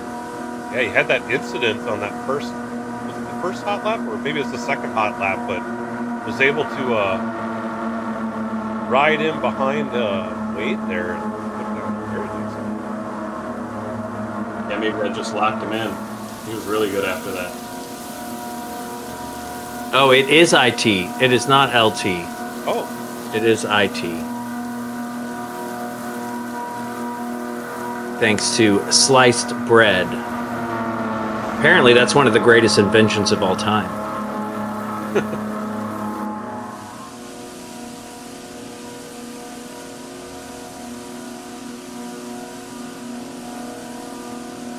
You know, Wid went out first and threw down a 419 yesterday. And then Sliced came in and threw down a 419-1. Put Wid back to 2, and it occurred to me at that point that Wid was the greatest thing since sliced bread at that. Very nice. All right, so now we have IT, or IT 6585, with the fastest time of this split, 422.934. FAF Wade with a 423.572. Not too far behind, we have S7R's Nuke with a 423.780. FAF Elzo in the 296 with a 424.950. BHR's Old Man Pip in the 458 with a 425.125. VIP Left to Pass You with a 425.933. And then PHG Nasty Booty Sweat with a 426.692. does anybody know if Elzo is actually overseas, British? I know one of the other FAF guys, JK85. Yeah. lives Yeah, over 85 in London, is. or if that's an alt account. Because if, That's a if great he's question. he's overseas. It's pretty late right now. Or it's very early. It's all about perspective.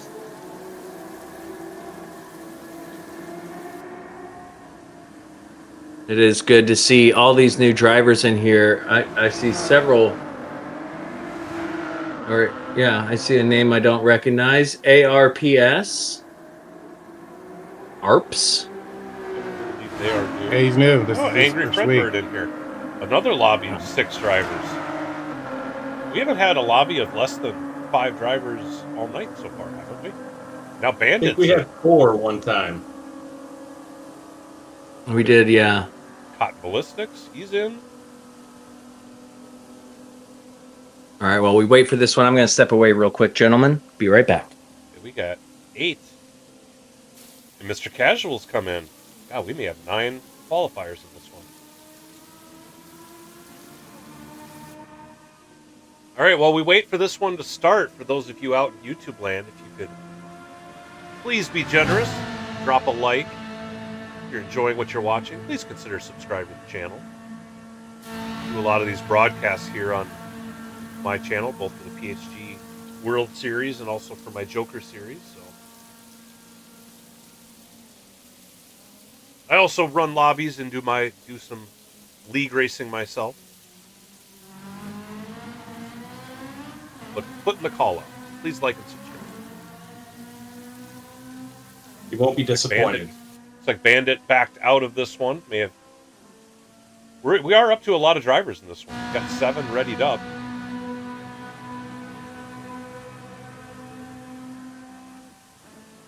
Mr. Casual may ready up as well.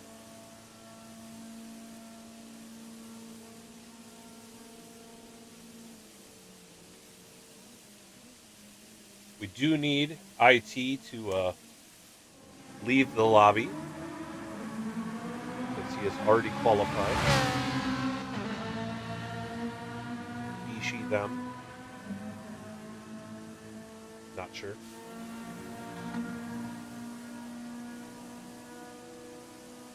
Oh, looks like RTS Bandit is back. And we're getting going. We got 8 drivers in this qualifying session. Again, with another mix, we got Ford GT, 296, and 458.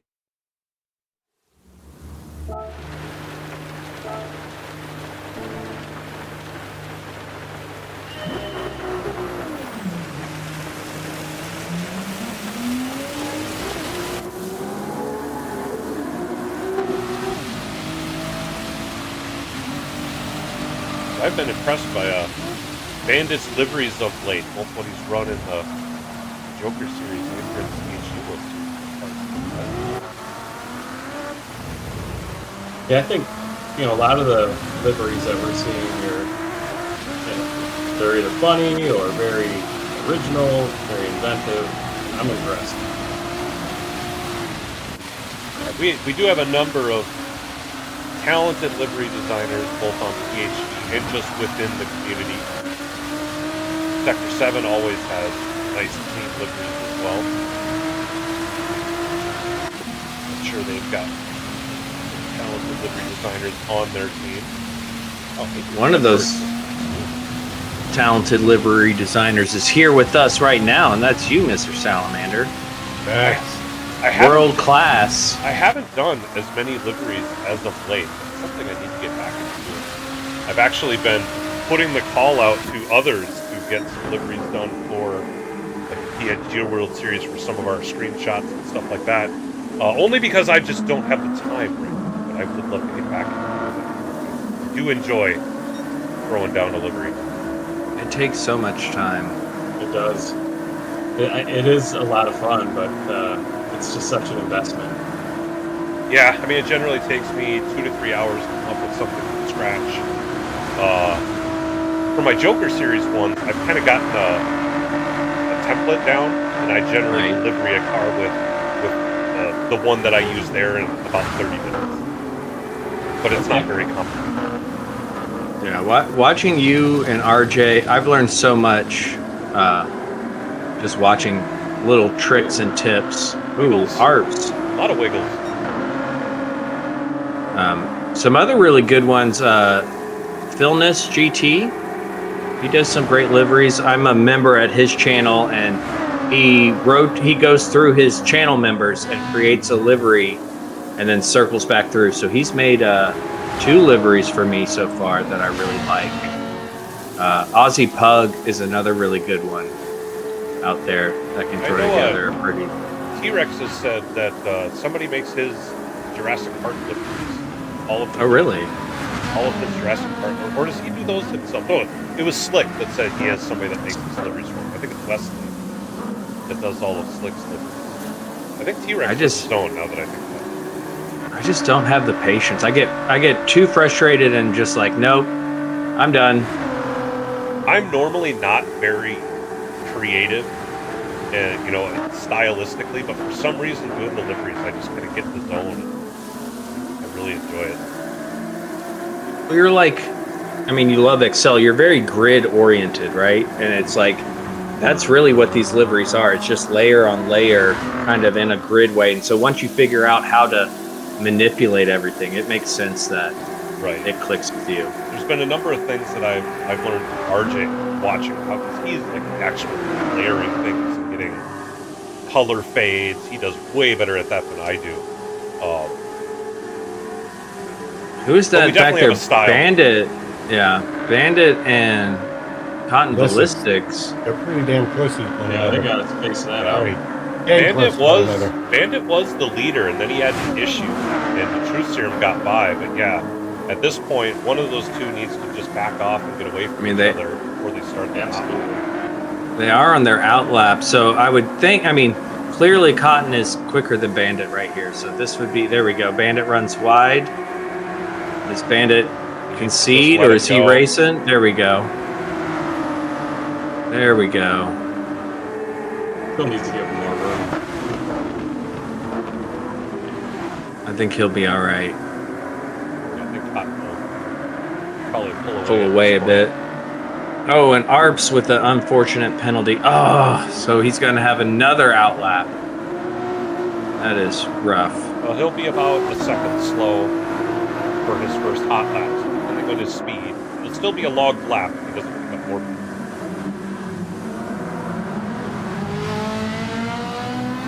Yeah, and I see in chat, if you're interested in a NASCAR-themed livery, Josh Moment is the way to go. He can make any car look like a NASCAR. I'm telling you, I really like this. Especially that new Mustang. I love that new Mustang just for that. Really? That's what I like. The Group 4 Sylvia really looks kind of like the Monte Carlo back in the day. Yep. Yes.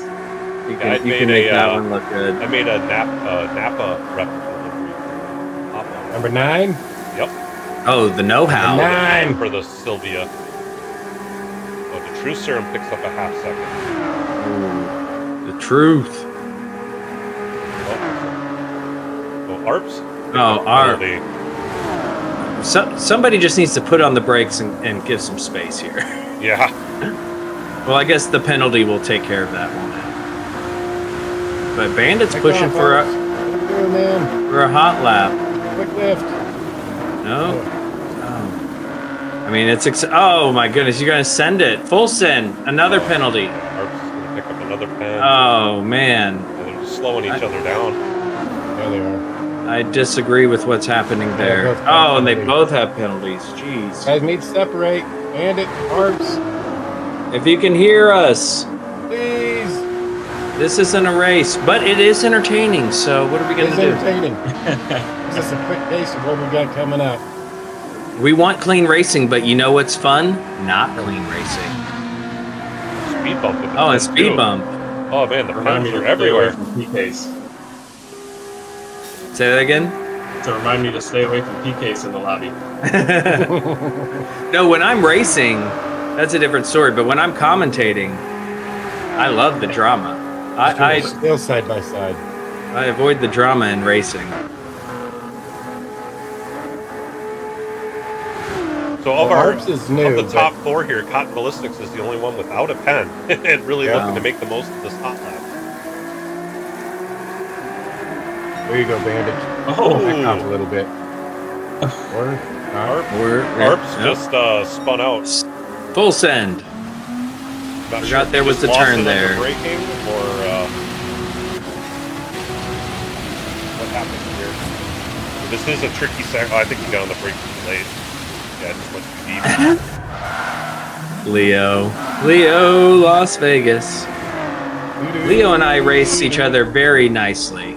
We were in a daily semi recently, and we hadn't raced together in ages because Leo's been busy with his real life, and just forgot how great it was to race wheel to wheel with friends.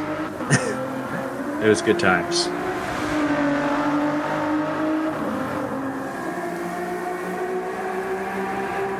yeah, that's really what it's all about, isn't it? I mean, that's why we made these. I mean, I think that's the reason all the leagues have started, was to weed out the riffraff. They just have better, cleaner racing, and be able to address those issues in a way that PD can't or won't. Yeah, probably the latter. Right. I think that's one thing, like the last couple seasons of F1, there's been a whole new generation of drivers, and they're all friends, like for the most part. Like they're friends and they hang out outside of racing. And yeah, when they put their helmets on, it's no holds bar, but like when they finish a good race, they like get out and hug each other and they're like, that was amazing, good job, like that was incredible, because they're just racing each other hard and they're doing their best, and you know, sometimes they make mistakes and people get frustrated, but overall it's like, I mean, we're all pushing here, nobody's trying to be malicious. I think that's what you get in these leagues versus dailies, is you don't have people who just don't care at all. If something happens, it's typically an error instead of just not caring. Right. Yeah, no trolls. Right. Unlike what happened to me in Race A today, absolutely loving Race A. No surprises there. But I was in a weird lobby, A+ all the way down to C DR with a B SR. And I got hooked going into turn 1, lap 3, put in the wall, and I was just like, yep, that is part of the game, isn't it?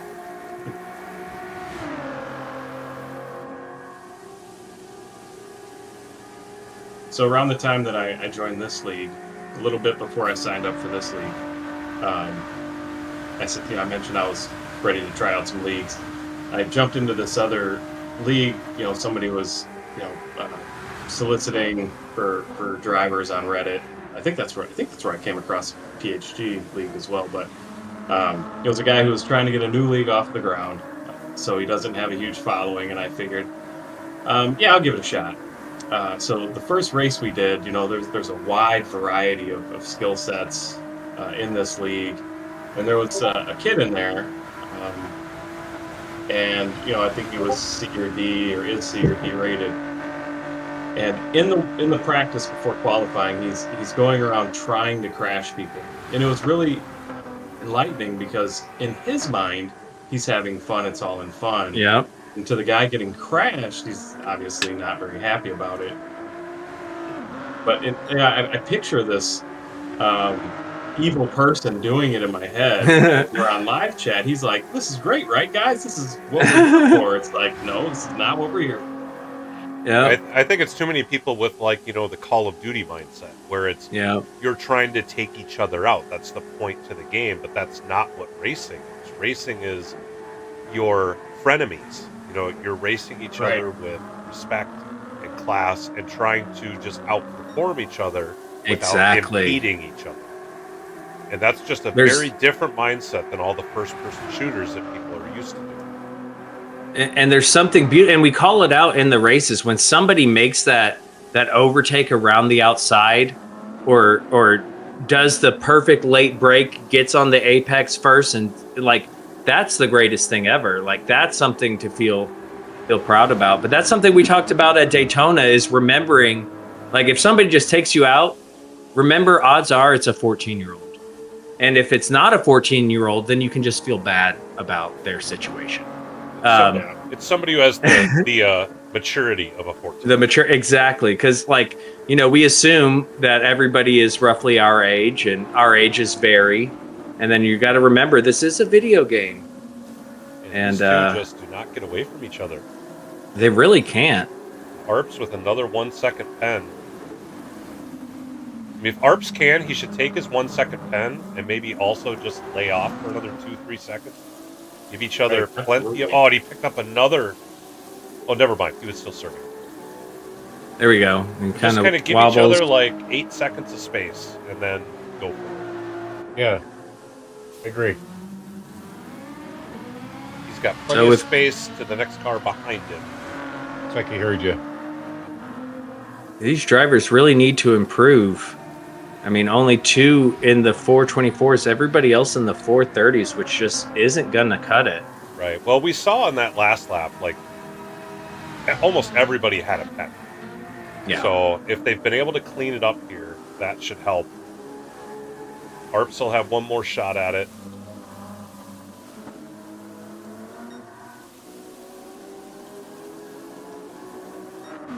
Refred Bird. There we go. Cotton Ballistic's up into first with a 23. That's solid lap. Very solid. I mean, 23.8. That's going to put him right in there with T-Rex Arms and Nuke. Yeah, that's the kind of the cutoff right now, but I imagine Yeah, that would be top spot in split 2. So if he can improve by a 10th, that would put him up into split 1 territory provisionally. something tells me at 9:45 we're gonna have a full lobby. Oh, Cotton. Bandit just went in the pits. Interesting choice from Bandit. To go on to intermediates? Or was he on intermediates? Oh, that makes sense. I don't Let's know, see what but- happens to Cotton here. Coming out on intermediates. He's not going to make it. No, he's not. Maybe he's just testing now. Unfortunate for Cotton there. Yeah, he didn't hit the grass that just got loose coming out of that high speed corner. So unfortunately that'll probably take that lap away. But the truth serum is up 1.5 tenths. He can There we improve go. just a little bit more. That would put him down in the 23s. SPC had a big improvement on that last lap. Yeah, he did. Cole's one of those guys, when he can get it together, when SPC can get it together, man, is he quick. Yes. It's just a matter of getting it together.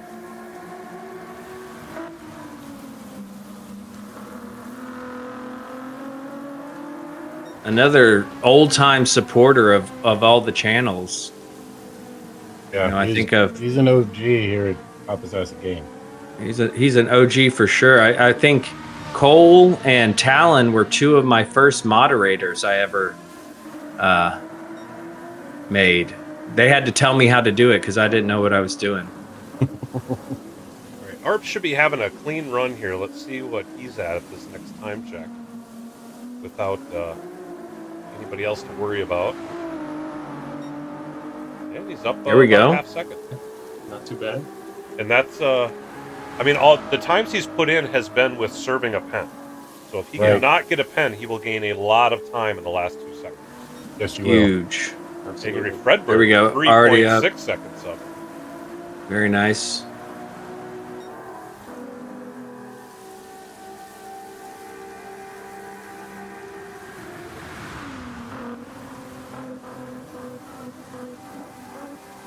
The The truth. next time check. Arps is up 1.2 right now.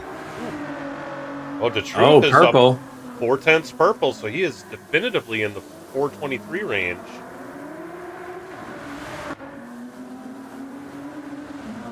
Where SPC is at. Time check. Ooh, up There we almost go. 6/10, so that'll put him into the 25s. He can maintain.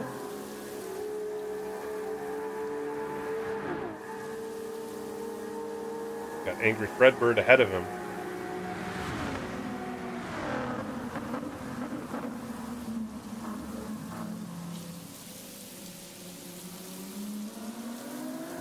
The truth's Angry Fred. And flying right now. looked like Fred was just going to pull over and let him go, but He's still improving. Focus on your lap, Fred.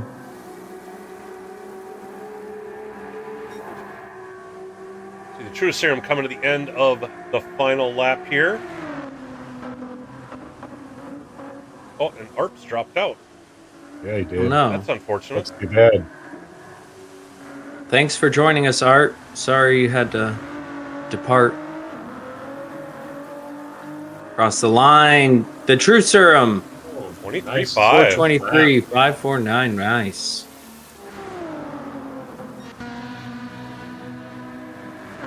Who's next across the line here? Oh, it's just Carl. Carl, Really ooh. wide.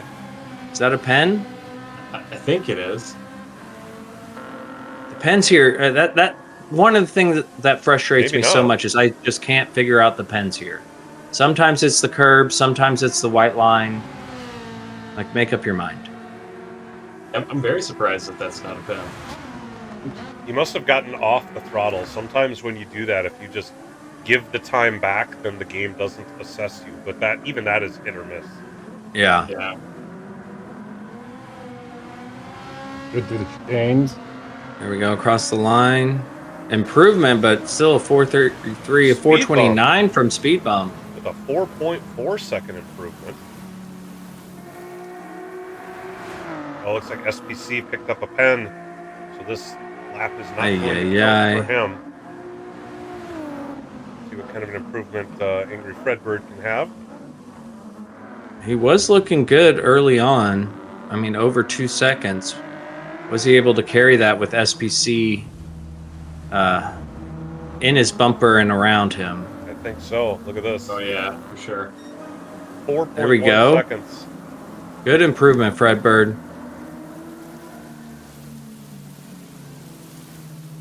So there we have. I mean, that was a widespread. It's been fairly close, but this one was a bit more chaotic, I'd say. Yeah, it really was. Well, and having 7 drivers. I mean, we have seen lobbies with 6, 7 drivers, but I think we did see a couple of these guys just stop it. I think we saw in this one people not given the space. Those that gave the space seem to have some good, clean laps. See, you know, sometimes you just need to sacrifice the lap so that one of the other ones can be a good one. Yeah.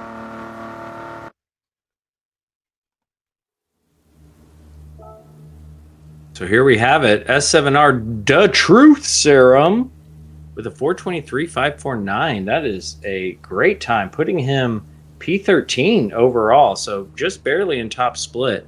Then we have Cotton Ballistics in a 4:23.857.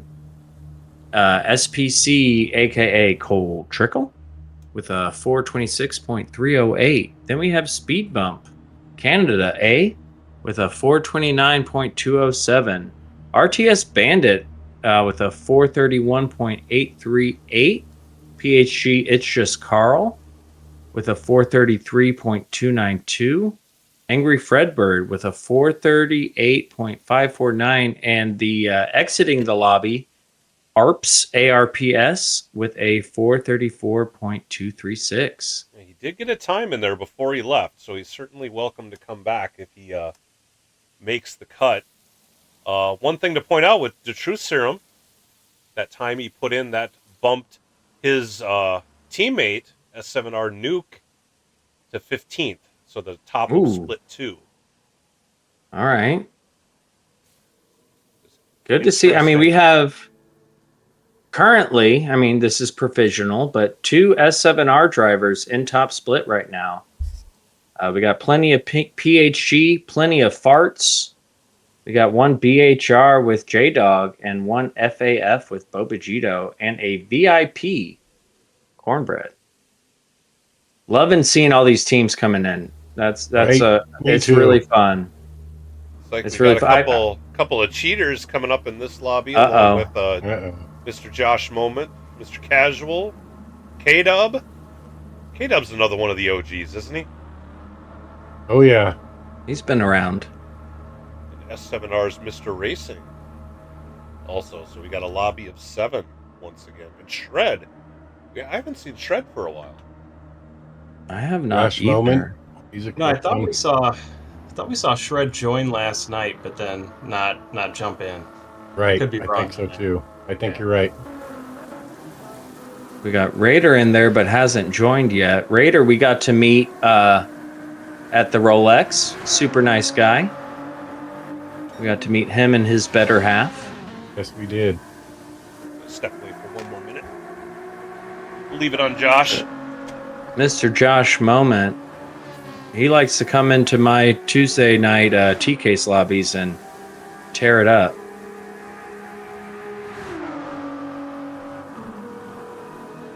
Another controller driver, but he does have a wheel. He does have a Fanatec. But he's in that boat that Jersey's kind of nervous about of he's slower on the wheel because he's so quick on controller. So it's just going to be a matter of time. But it's like once you get comfortable on the wheel, it's just so much more fun. It really, yeah. I agree with you. And I had the same experience. You know, I started on controller like everybody else. I think I got up to mid-A on the controller and thought that when I got my wheel, oh, now it's really on, right? And you get humbled really quickly. Really quickly. Next thing you know, I'm back in B-rated lobbies and struggling to keep up. It took me probably 6 weeks to regain the time that I'd lost, and then after that it was up. But yeah, What wheel did you go with, Q? I've got the DD Pro Fanatec, Nice. Yeah. D3 wheels or pedals. Oh, nice. Yeah, I do want to upgrade my pedals. I do. I have the load cell, but I would like to upgrade my pedals because I think it's under braking is where I'm losing so much of my time, and it's probably, as Mr. Casual would say, a hashtag skill issue. But I would He like. does like to point that out, doesn't he? Oh yeah, Mr. Casual is ready to humble you real quick, and that's what I like about him. You know, somebody's got to be able to tell you the truth, right? Is he'll just say it straight to your face, and he's not. No offense, no offense. He's just calling it like it is, and I like that straightforward talk. Right. But yeah, I started on GT Sport. So I played Gran Turismo 1 and 2 as a kid. I don't think I played any. Wow. What a slide by Josh as Been doing it the Shred. whole time. He's just showing off. Show off. Exactly. For Josh, that's exactly what he's doing. But then I got GT Sport. I played it on controller, not online. I didn't go online until I got my first wheel, which was the Thrustmaster T150.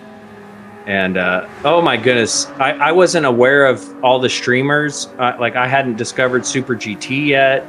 I hadn't, all that stuff was foreign to me, and I was just annihilating people, trying to not. Just missing my braking zone completely. And so it took me a while to get up to snuff. But it's so much fun once you do, so I always recommend it. Yeah, it's immersion. It's not faster. It can be faster, but it is more immersive. Yeah, it really is, yeah. And now you're going another step with the VR. Oh yeah, that's a whole nother. And shout out to Hector. Hector was a subscriber, now is a good friend of mine who I've hung out with multiple times. He sent that to me for my birthday. Oh, really cool. Yeah, I was like, I'll never get VR. It's not worth it to me. And then he sent it to me, and I'm like, this is sweet.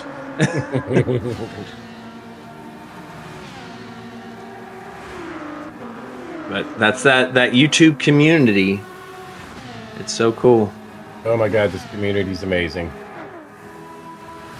It's like, it's fun to see because everybody has their own, like some people have access to stuff that other people don't. And they're like, oh, this is just a normal commodity to me. Here you go. Or, hey, I just upgraded and I don't need this anymore. Here you go. Because that's what happened. Like with my T150, when I upgraded to the Fanatec, I sent it to somebody in the community who was wanting a wheel that didn't have one yet.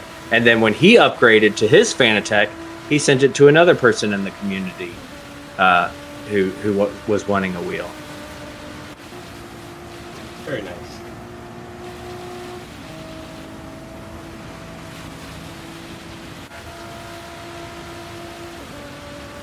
Of course, Casual in his Hot Wheels. That's Mr. got to be Casual. the hottest Hot Wheels I've seen him run. Yeah, he usually runs a blue Hot Wheels, but he's going full flames. I like it. And Mr. Casual has he has two channels. He has one strictly for racing, and then he has his other one. I think it's called Mr. Casual Plays or something like that. And mostly he does, it's fun to watch and very therapeutic. He does power washer simulator, pressure washer simulator. And he just cleans stuff. And like I asked him one time, and he goes, if I had to choose between Gran Turismo and Power Washer, I would choose Power Washer. I was like, right on. It's like Xanax. And those would be lights.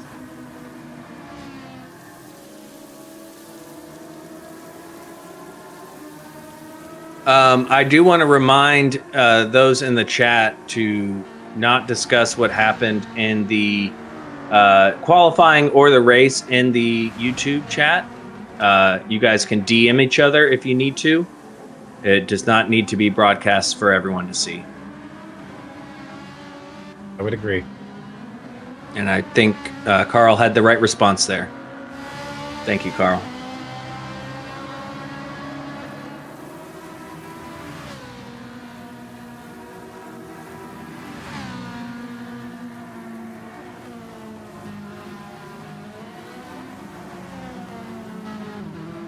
We do have a code of conduct and rules that can all be found on the website, pinned in the chat. PHG, papashouseofgame.com. Everything is there, and you can find out what is and is not acceptable. And if you have an issue, you can create a ticket in the Discord, and the stewards will look at it. We do have a very qualified group of stewards who know what they are doing and talking about. Take a look at every incident. Job this season so far. They really have. It's not an easy. I purposefully refuse to be a steward because I don't want that. I don't want that smoke. I don't want it. They've had a couple of tough incidents to work out. I think they've handled it quite well. Yep, Yeah, I agree. They have. Yeah, really is just another impressive thing about the community. You know, when you see the rulings come out and the clarity behind them, the reasoning, the consistency, it's impressive.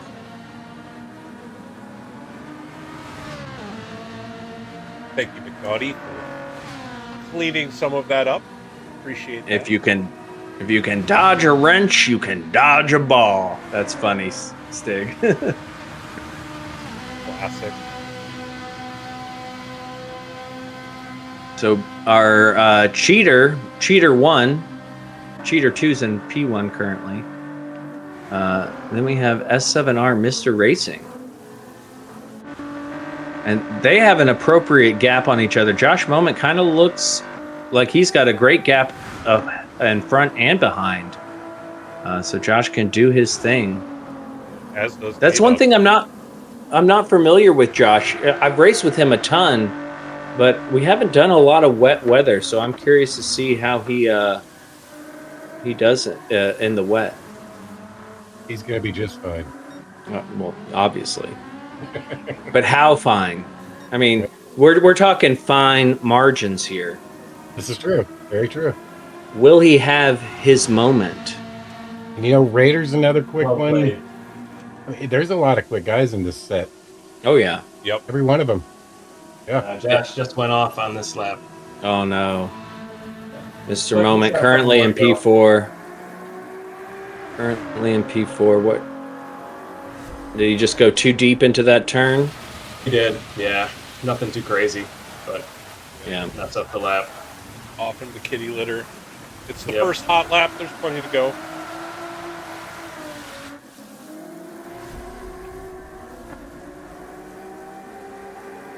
There we go. Yeah, I will say Stig was talking about his teammate, Mr. Racing, in the chat.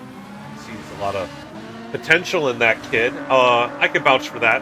When I ran in IRO last season, it was a cobbled together group of drivers that was started up by Mr. Racing, kind of on a whim, and I joined his team just because I needed a team to join. And in the endurance races that we do there takes a very different mindset than the sprint kind of races you do in dailies. And it did take Mr. Racing a little bit to get used to that, but when he did, his pace increased. Like, there was a vast improvement from what we saw in the first couple of races to when we got to the end of the season. And you know, he was outpacing me. And I mean, I'm not the fastest driver out there, but he does have some potential, and he's also one of these young pups in his teens. So, you know, expect to see big improvements from him for sure. Absolutely. I see McNaughty pointing out Mr. Racing did get a podium for Division B in NRL, and as you know, that is no easy feat. Yeah, Division B for NRL used to be the easier league. And I suppose it still is, but for the easier Technically. division. But it is still tough. I mean, the caliber of drivers, really just leagues in general across GT7 have become so good. NRL has become crazy competitive. IRO has become ridiculously competitive. I mean, they've got, I think, a half dozen World Tour qualifiers running in IRO this season. And the PHG World Series has become crazy competitive. I mean, we've got people like Jorge and Wid and KP Wilcox.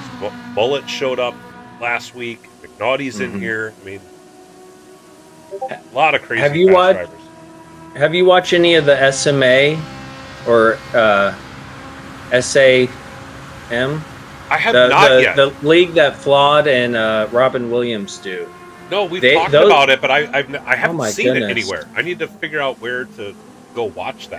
They race on Mondays. I've been wanting to do commentating for them, but I'm usually not free on Mondays. But it's a South African league, and oh my goodness, Panic Potato. He's one of those guys. I mean, it is MSA Cup. Thank you, McNaughty. It is insane, the racing that they put on, and the production is really good. So I highly recommend checking that out when you get a chance. But yeah, like you're saying, like the leagues have really stepped up the game, and honestly, I think NRL kind of set the bar, and then everybody else was like, agree with okay, here we go, and let's see what we can do, because now we see how great the NRL is, and now it's producing all this great racing for everyone to take part in, because obviously, like McNaughty can't take part in the NRL, us commentators can't take part in that, and then we get this amazing league that Shaggy has put on, and then the production from you, Sal, and Papa and everybody, and it's like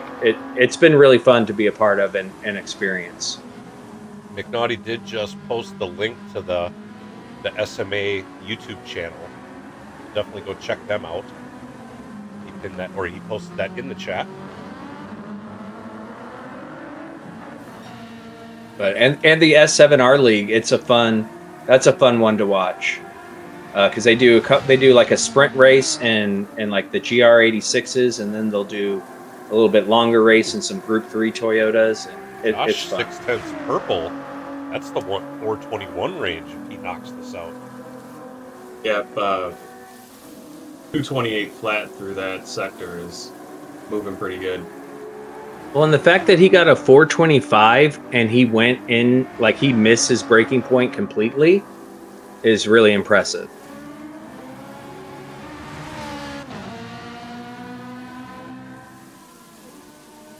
Yes, Oak. in Uh, the yes, chat Oak, asking there about will be. another session. Yes, we have about an hour left to go. So there will be a few more sessions, mostly.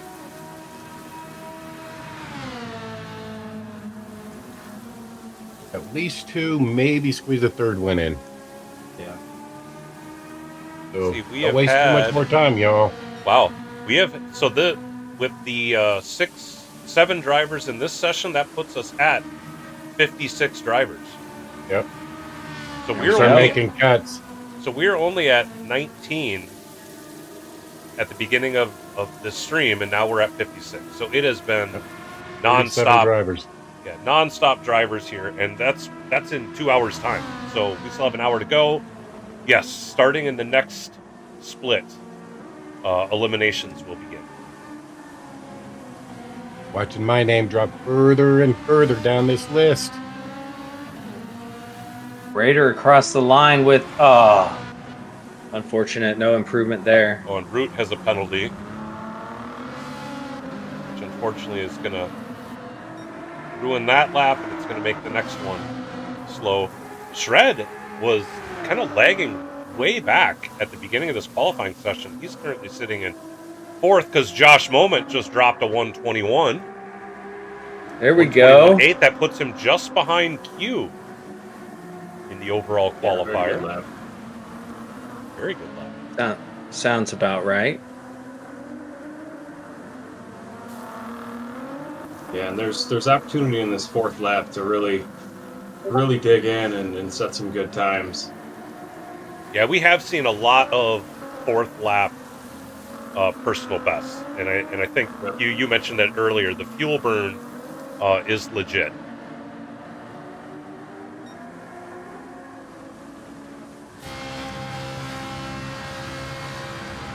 Do. Always Coca-Cola. Shred back up to P3. He Cat just dropped- barely. Yeah, he pipped Mr. Casual there. Yep.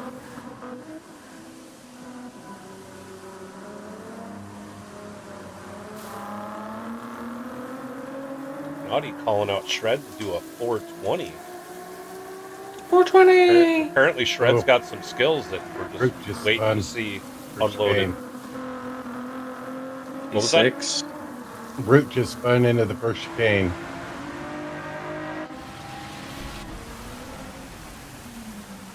Oh, no. He's going through the Yeah. appropriate way to get through it. Yeah. There you go. Following the FIA's code of conduct. I'm surprised that the game let him do that. I was going to say, I was going to think he was Didn't going to get reset him. reset. Yeah. Right. I did not know that was an option. That gives me an idea. That's an extra Yeah. joker right there. Oh my that's God. a long joker right there.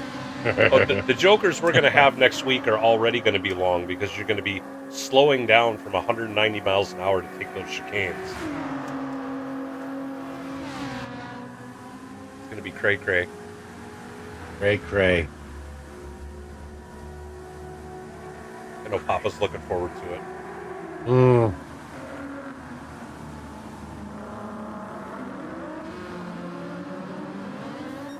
Oh, Mr. Racing dropped out. We lost Mr. Racing, but he did set a couple times, so Yes. Oh, he disconnected. him. Oh, it He looks said like- in chat. 24-63.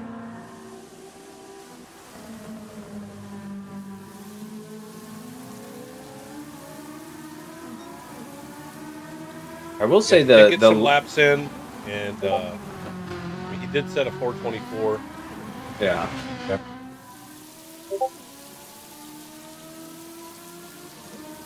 The lobbies have been a little finicky this, I guess, the past since the beginning of the year. I noticed I've had issues with people just randomly disconnecting for no reason. Apparently, it's been worse with the European servers than the American servers. Shred's got another 9/10 shaved off of his time. The last check.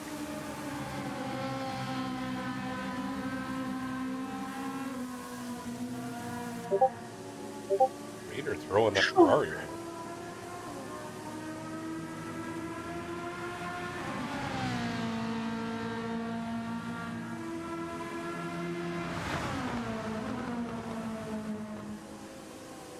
I do like the double chicane here at the end, but that's just because I like a chicane.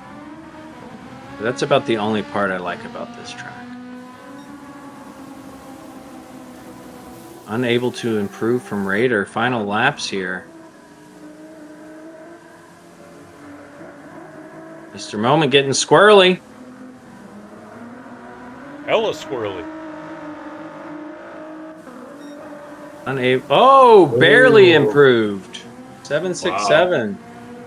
767. Root across the line in style.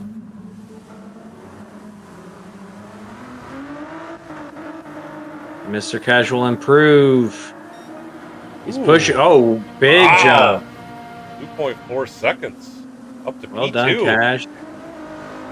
Jumps Raider by 0.2. K-Dub with the big improvement. And that works out Shred. great because we need a broadcaster for Saturday. Yes, he could be split one. Or split three. It's looking good for split one as of right now. Puts in P5 overall. Shred. Good improvement from Shred. 423 is a respectable time. It is. Yeah, a lot of big improvements. All the way down. PHG Josh Moment taking it with the 421.767. Followed by our very own Mr. Casual, who had 0 skill issues, with a 422.052. PHG Raider in the Ferrari, the 422.275. Then we have Shred in the Ford with a 423.557. PHG Root with a 425.217. PHG K-Dubs with a 429.078. And S7R's Mr. Racing, who had that disconnect, but still put in a 424.663.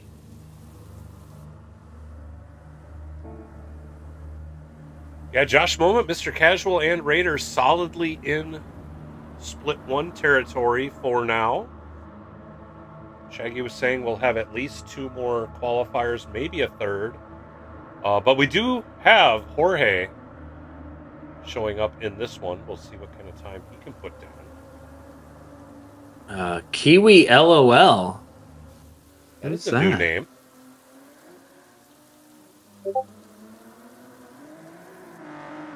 Welcome, Kiwi LOL. Yeah. Lots of love. Lots of love. That's my dad, my poor dad. When we texting back in the early 2000s, it was new to him, and he could have sworn every time we said LOL to him, we were telling him we loved him. And we do love him, but that's not what we were saying. He doesn't know that, right? You didn't crush his. Oh, we spirit, crushed right? his spirit. We crushed it hard. I live in a sarcastic, blunt family in that way, and we will tear you down in a loving way. But we will go at you hard. Yeah. Okay. Destroy him, but in the best way possible. Yeah, with lots of love, Oh, naturally. I think and there we was will laugh out loud. I thought there was a joke going around the internet for a while where there was some lady that was, sending out like condolence cards, because of a funeral of some sort. It was putting LOL in all of them. People are like, "You jerk!" That's pretty funny. All right, looks like we're getting started. 5 drivers in this qualifier.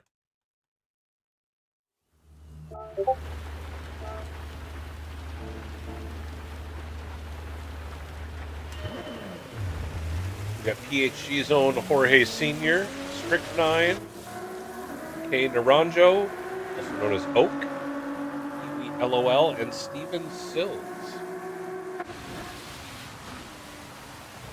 Jorge in the default Ford GT livery. We know he doesn't spend any time on liveries. He's spending too much time practicing. Oak as well. Kiwi LOL also in the Ford GT with a lovely Golf livery. DK should like it. Strychnine also in the Ford. Very green. Steven Sills. So this is an all Ford lobby. Very American livery he's got going on there.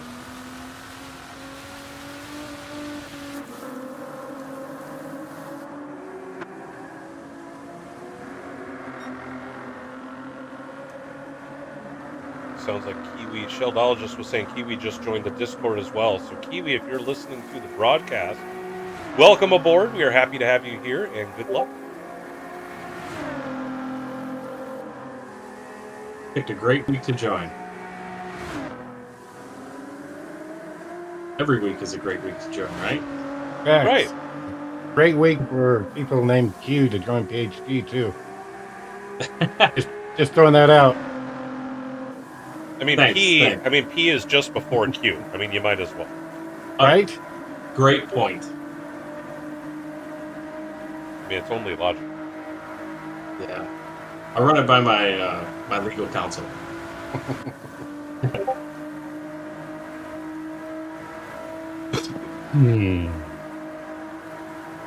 We getting a 218 out of Jorge?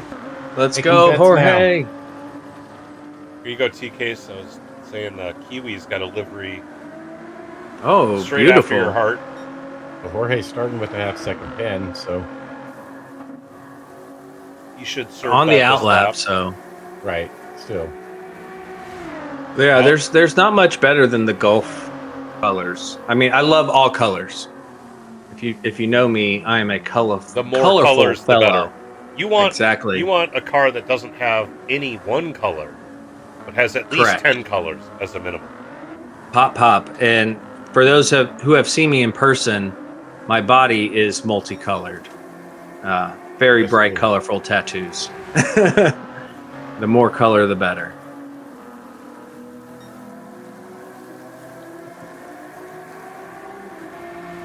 So if we know you, we'll know that your whole body is colorful, or just like your arms and stuff. Just wondering how you get down. My whole body. You'll know. Papa learned. He posted it on his YouTube There's channel. a short on my YouTube channel.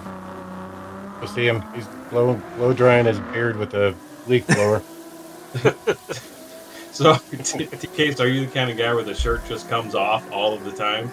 No. I mean, I prefer to have clothes on, but you know, if I'm trying to dry off after a shower, you know, or if it's insanely hot outside, you know, I'm not shy. I'm not shy. Well, and listen, I'm not trying to shame you, so I don't want to give that impression. No, Live not your at best all. life. I'm trying. Well, all these guys are pretty equally spaced. Nice to see. K Naranjo, aka Oak, that's one of those fast kids out there, discovered in the IRO world, representing the MMR Moose Mafia. I believe he's our only driver from MMR, isn't he? Moose did Can't run think of in it. one. Yeah, he event. did one. Did he? Okay. Oh, and so did Yeti. Well, he ran Yeah. at Trial Mountain, remember, because you copied his spin. Yeah, whatever. Okay.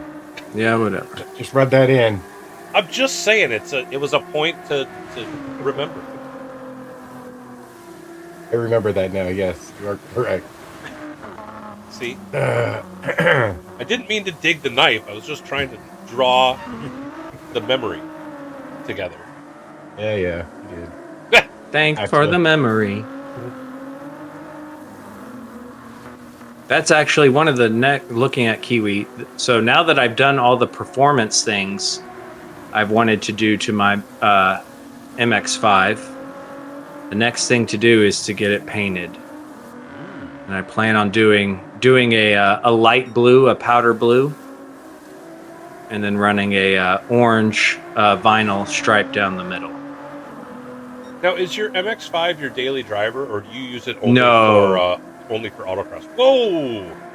Nice Getting save from all sorts Oak. of squirrely. No, it is. So the whole thing, I had an FRS, and it was tough to use your daily driver as your autocross car because you kind of abuse it. So I didn't like doing that. And so I waited until I could get a second car and then a daily driver. And we just happened to, out of nowhere, the car dealership I work at took in this, I mean, at the time, a piece of junk MX-5. I mean, it was leaking everywhere for super cheap. And so I was like, okay, I could buy this and I can do the work myself and get it up to snuff, but I need to get a daily. So I got rid of the FRS and got my Hyundai Santa Cruz as my daily. And now the MX-5 is just for fun and autocross. I'm telling you, Papa, we need to put together some sort of PHG fund that we can buy that MX-5 that was posted in the channel and run it as a PHG car. Come in on. real life. Just take it around state to state. Let everybody do some autocross in it. Right? Well, it could be registered in the MX-5 Cup. It's built for that. There you go. Built for it, but then you got to think about the entry fee. The entry fee's more than the car costs. Is it? And the fuel, and the tires, and the repairs. You got the people who race in that are either backed by several sponsors or are wealthy individuals. Yes. Well, I mean, a PHG sponsorship should pay pretty well, right? I mean, for real. Uh-huh. Well, Kiwi's got quite a lot going here, guys. Just something to keep an eye on. I just noticed that Kiwi's flag is the is that Jorge. New Zealand or Australia? So he may be an actual Kiwi.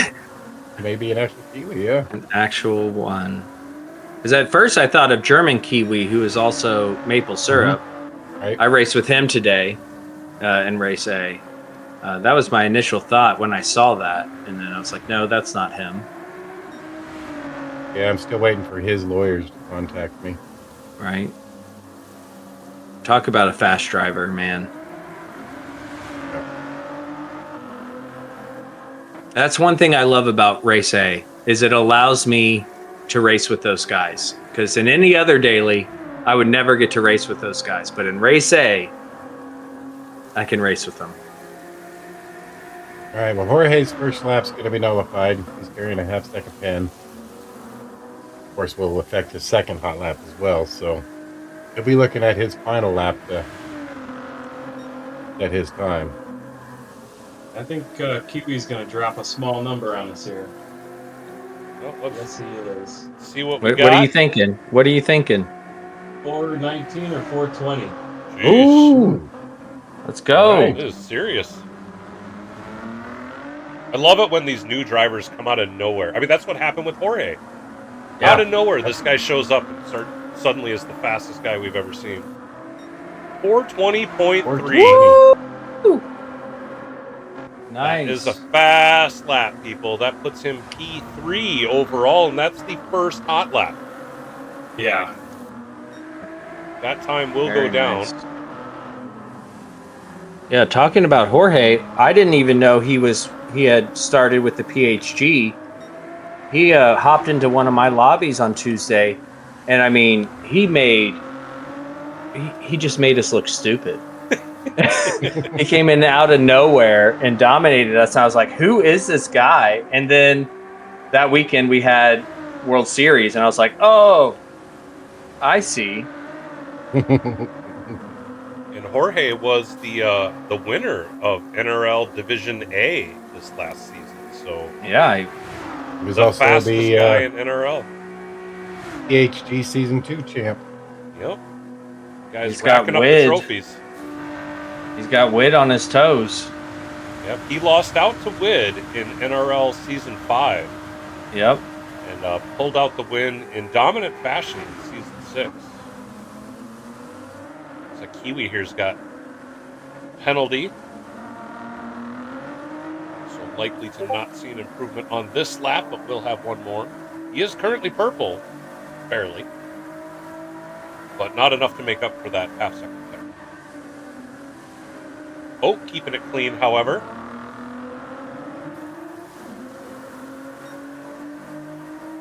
Up almost 3/10 on his personal best.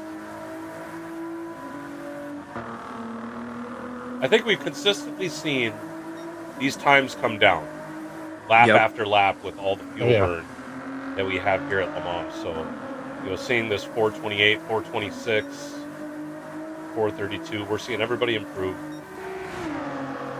Jorge Yeah, now the only with 1 thing- second back. Yeah, and he had his Ooh. first lap invalidated as well, so he's got to have a clean last lap. Kiwi also back there with a half second. Yep. That's going to be tricky coming down to that final lap where you really want to push it and put down your best time, and he's going to have to be just a little extra careful. Yep. May affect his overall time. We'll see. It's so hard to do when you're pushing and you keep getting those pens. It's like, well, I can't go slower. Right? I mean, you'd hate to have someone like Jorge miss because he gets no logged lap, Right? which can happen. We've seen it happen earlier on this season where drivers Oh yeah, just can't stop getting pens. They don't even get a lap logged. And with the fact that, how Shaggy does this, that you have a 56 driver limit, that if you don't log a lap, you're out. Yep. With these 5 drivers, there will be 5 drivers eliminated at Yep. the We're end of sitting this exactly stint. at 56 right now. Yep.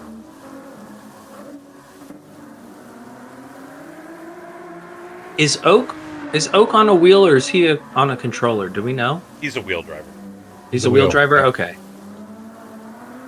I don't know what wheel he has, but he definitely has one. he has a wheel. Okay. Jorge's letting Kiwi through.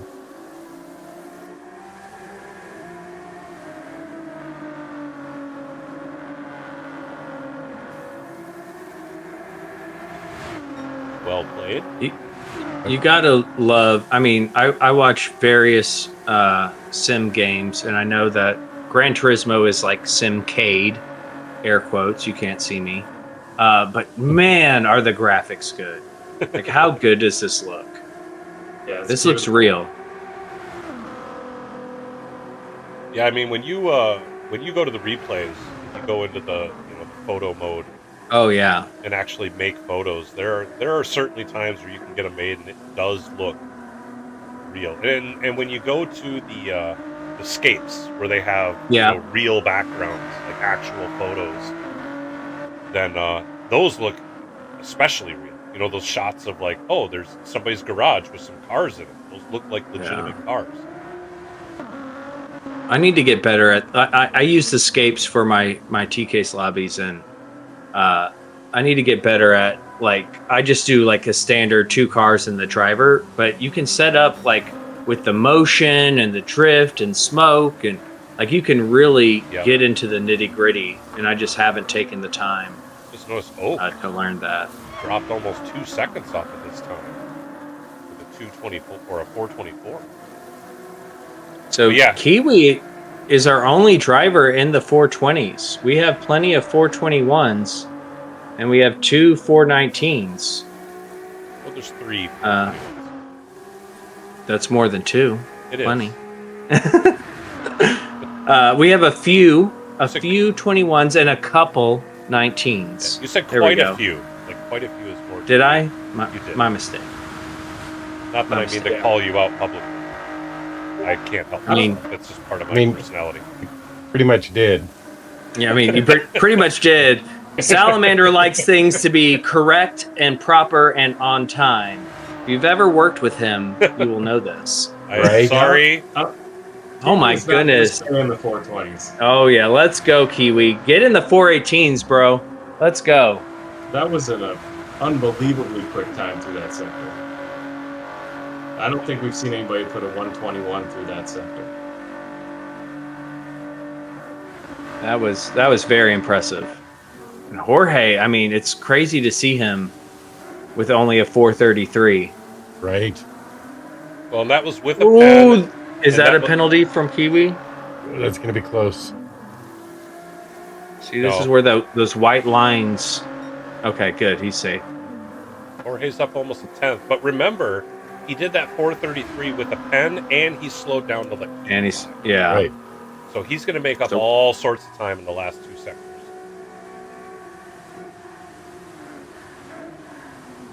Yeah, we'll see that huge jump. It'll be some crazy number. I don't know if he's going to put down a 419. Ooh. Kiwi up almost a second. Geez. Let's go, Kiwi. I want to see it. Yeah, he's got to trim off another 4/10. Channeling that Gulf livery. So where Oak is at. Oak's up just a little bit.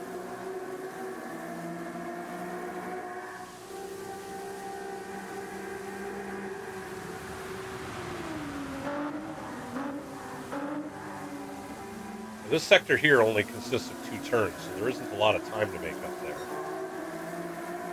All right, almost a second. Jorge is that. He's pushing. There we he's go. As well. So he's looking at a low 420. And he's been gaining. I mean, he's been gaining on Kiwi. Or. We're going to lose it there. Oh. Looks down on his personal best. Well, Strychnine with the pen. He will serve it, but that's not going to help his lap time. Kiwi coming to a time check. Up by over a second. Oh. He's getting really close to that top time. Slice, look out. Missed Jorge's check. He was just over 10 seconds up on his 433, so still closing in. Oak's losing time at the end. We'll check in with Kiwi here, see what kind of a time we get.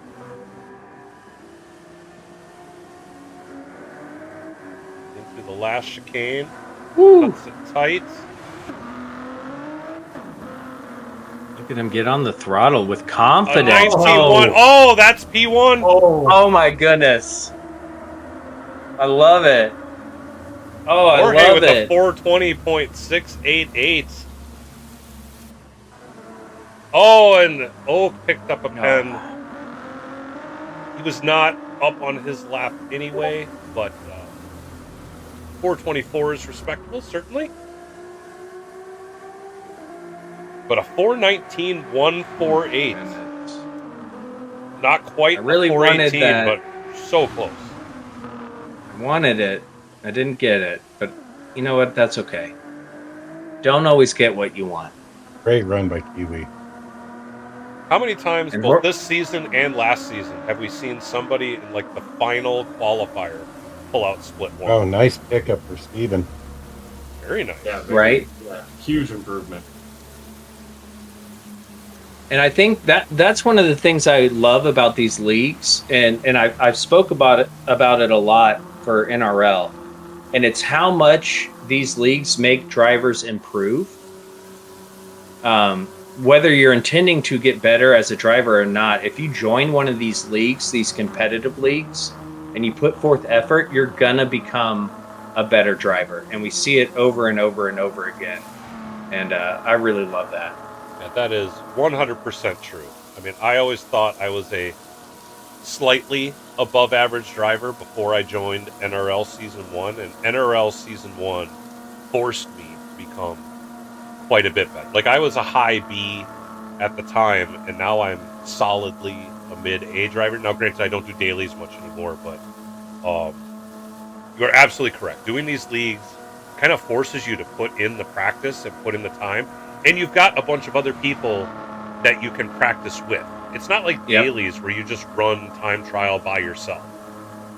You know, you can go into practice lobbies with a dozen other people and pick up some pointers and really improve your racecraft and watch what the other guys do in the top split. And it does absolutely make you a better driver. Yeah. It really does. And that puts us with our very own Kiwi Lots of Love with a 419.148. Jorge Sr. coming in with a very nice time of a 420.668. Very nice. K Naranjo, a.k.a. Oak, with a 424.270. Then we have Steven Sills with a 426.584. PHG Strychnine with a 428.810. Very nice. Very nice. Well, if Kiwi is an actual Kiwi, I would suppose it's very early. Yeah, it's got to be super early over there. He's in the future, man. Well, actually, what? He's going to be... Actually, it won't be that early. It'd probably be like mid-afternoon for them, wouldn't it? I mean, Jester usually starts streaming around 9 or 10 p.m. our time. Yeah. And so that's the morning for him. So like maybe 11 or 12. Yeah. I mean, all the way across the world. Got a dig a hole. Bunch of drivers in this split too. It's 4:39 p.m. in New Zealand right now. Yeah. So like afternoon. Wow. Okay. Yeah. I mean, whenever it's, New Year's, like we wake up and they're celebrating New Year's. That's crazy. Well, awesome. Glad they could join us. And as McNaughty said, PHG World Series is now worldwide. I think we call that foreshadowing, don't we? Foreshadowing, indeed. Worldwide. All right, so quick reminder to everybody out there, please remember to do the YouTube things. Please remember to hit that like button. Subscribe to the channel if you would. We'd also like to take a moment to thank our sponsors for the PHG World Series. We have 4D Racewear. You can find them at 4dracewear.com, makers of quality sim racing gear, shoes, gloves, jerseys. They got a lot of good stuff. We got Lithograph Comics. You can find them on Instagram. We got Vexed Graphics Design, which you can also find on Instagram. And The Mist Chronicles, a 3-book series that was created by or authored by our own Tuzzenbox. You can find that book series on Amazon.com. And thank you so much, T-Case, for the 5 gifted memberships. Claude, one of the guys getting there we one of go. Those gifted memberships. That's awesome to see. I like seeing Claude. Dane CPO594, DCG, Monkey King, Big Joe, G Wizzy. Welcome, guys, channel. And thank you, Rob, for the $2 dono. It's all popping off all of a sudden. Thank you, guys. Absolutely. I love when the gifted memberships let you see a subscriber you didn't even know was subscribed to you. You're like, who is that person? That's fun. All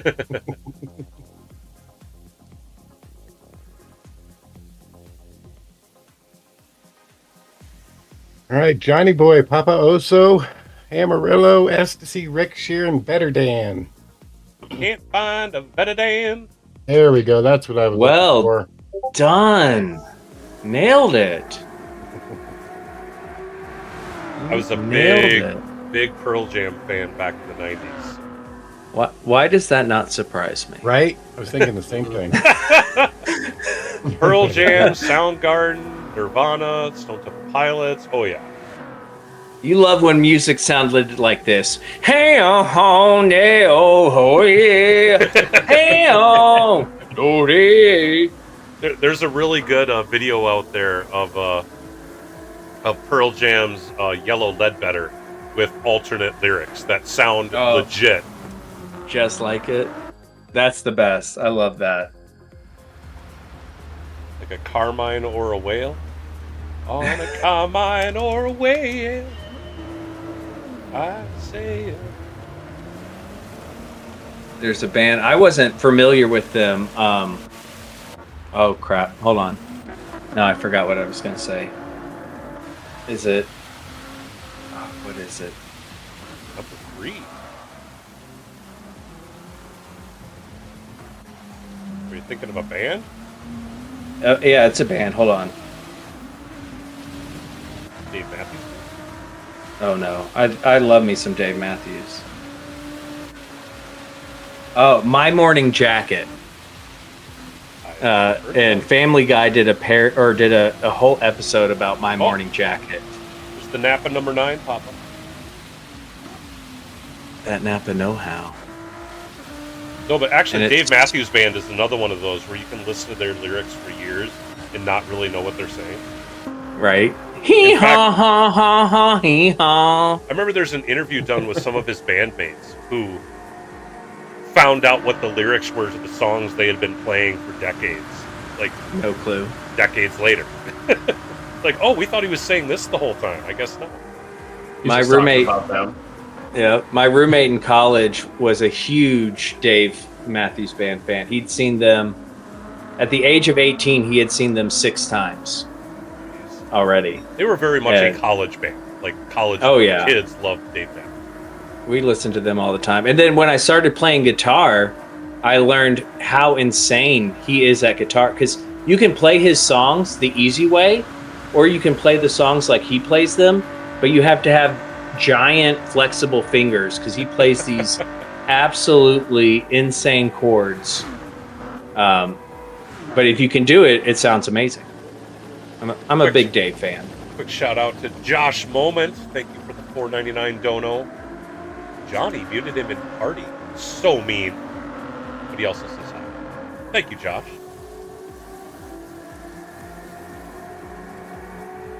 Josh, a 2-time winner in my Joker series that we're running again next week. Shameless plug for that.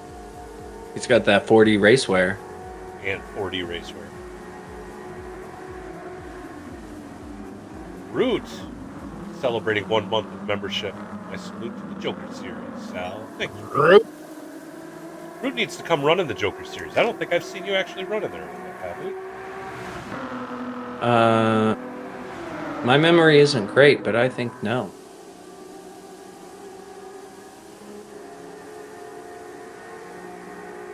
Got Rick Shear and Ecstasy a little close together. Ecstasy, if you're listening, I think you just back off just a couple of seconds. Give everybody some room. We got Papa Oso. Where is Papa Oso out of? Is that Argentina? Argentine, yeah. Okay. I know I've seen that flag. I keep forgetting to ask. It's funny, the CBR crew, last season, you will know very well who the CBR crew is. They've kind of disbanded. Some of them have become FAF. Some of them are now just kind of fart. But Papa Oso was one part of that. But they had a very international growing there. Yeah, Root did confirm he has not run the Joker series. Apparently is a fan, though, so we appreciate it. Maybe he's just trying to work up the nerve. You know, it's a big commitment. It's a lot of fun. Even if you just do the exhibition, just get in there, run a little bit. It's different. It's fun. It's a challenge. A good mix of cars. I purposefully made it not a league so that, because there's so many good leagues out right now, and that I'm not going to be able to compete with. I made it as just a series. Each event is a standalone event. So like you said, you can just run, come in, have fun, just enjoy the fact that it's something different. And, that way people can just come and go. If you miss a week, it's not like one of those where it's like, well, it's a league and it's 5 races. If I miss one, then it's not worth it. So I'm not going to do it at all. And I didn't want that. I just want people to come and have fun. And fun they have. And yes, we have seen some exciting racing over there, just like we've seen some very exciting racing this season in the PHG World Series. I mean, my God, every week has had some just absolute bangers for races. I mean, last week at Trial Mountain, every single race had, some kind of, drag finish to the line. Where people Really spinning out, close. taking other people out. Now that never happens, Papa. It does when I'm there. I mean, Daytona was Always super a party. exciting. I mean, there's just been so many exciting moments in the PHG World Series, and not to be a broken record, but it's all because of doing these split qualifiers. Yep. The way Shaggy put this together, that for each combo we put together the drivers, of similar skill in that combo, and it's just made for some incredible racing. Yeah, and we've seen to talk about Mr. Casual a little bit more. He was typically a split 2 driver, and then these last 2 splits, he's bumped himself up into top split. So something's been clicking for him in these combos. But that's what's so great. Like, if it's not your combo, you don't have to be in top split and just get obliterated. You're gonna drop down a couple splits and still have a fun competitive race. Well, and some of it could just be that we hit some combos that he was good at, which again is Exactly. The whole point to doing the splits is you may have one where, hey, you're a fast driver that just isn't good at whatever this track is. So you're in split 3, but don't be discouraged, because you're going to go to a track next week that you are really good at, and you're in top split. And much like the GT World Series, we only count the final point total at the end of the season is 5 of the 7 races. So you have 2 throwaways. Which can either be combos you're not good at, or just races you have to miss because real life happens. So, while there is a commitment to try to get 5 races in, it's not like a total commitment. So, lots of fun. I mean, I've had a blast running the broadcast and doing commentary. And just being a fan of the series. Even if I wasn't doing that, just tuning in to watch this stuff, it's been quite entertaining. As a new participant, that's the thing that maybe, I guess one of the many things that sticks out to me is, I'm very interested in my race, but I'm interested in everybody else's race, and I'll watch all of the races, which is not something that I would have thought that I would be doing. It's just highly entertaining. Yeah, we talked about earlier how NRL kind of set the bar for that. And, as a driver in season 1 of NRL, I found myself doing exactly that. I would run the race, and then either later that same night or the next day, I would watch the broadcast in its entirety. 1, to find out what happened that I didn't see. But 2, to find out, did the commentators see that I did this? Or what are they commenting on? So there was a little bit of narcissism to it, but also I wanted to see what else happened to the race that I didn't see. That was either ahead of me or behind me. Exactly. And I get, from doing this and NRL, I get DMs on Discord from various drivers, either telling me I got it exactly right or being like, hey, I was actually doing this. when you said I was doing this. So it's like, it's funny to see that feedback from the drivers. Like, man, you nailed that call, or actually I was trying to do this and this happened and that's what you were thinking, or I was actually on this tire. And that's fun to hear, knowing that the drivers are listening, either listening while they're racing or going back through and watching it. Ooh, very nice. Yeah, the 423. So Let's see a 425. Rick Shear went really wide on one of those corners, and I thought for sure he was going to get a penalty, and nothing. That was very surprising. Matter of fact, I have that replay for that queued up. I was just waiting for all the times to come in here, and then we'll go back and watch that. But yeah, he went really wide at that last high-speed left-hander. Yeah. And you're right, he didn't get a penalty. Here, let's go watch that.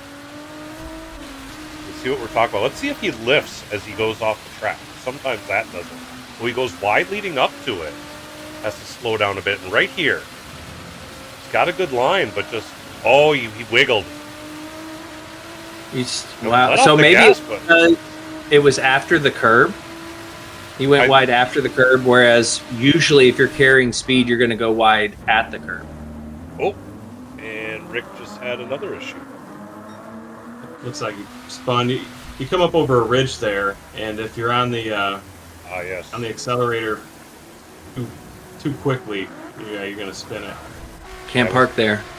We saw somebody else do that in an earlier split, coming to the Mulsanne straight. That turn just before it. I don't remember who it was, but I saw somebody spin out earlier. That same spot. Tricky. Yeah, on my out lap yesterday, I spun there, and it was just one of those 360s keep going. But yeah, it's a reminder. Wait just a minute before you get full throttle. You know, we've second up, coming out of the first chicane. All right. He's moving.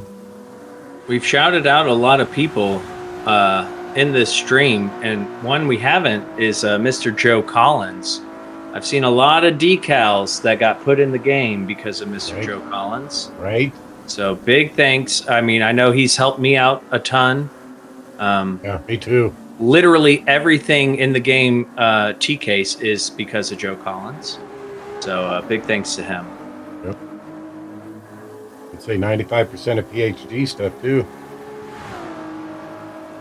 I need to get him to put that screenshot of me doing my Home Alone face in a higher res so I can make some merch. I love that decal. It's my little clickbait thumbnail.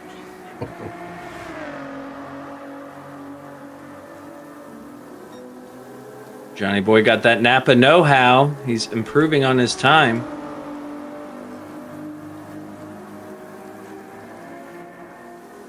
So, going back to Rick here, Rick Shear, he ended up with a mid 423 with that huge bobble, and even the corner before that, he went way deep and got really slow. So he should have potential to do much better.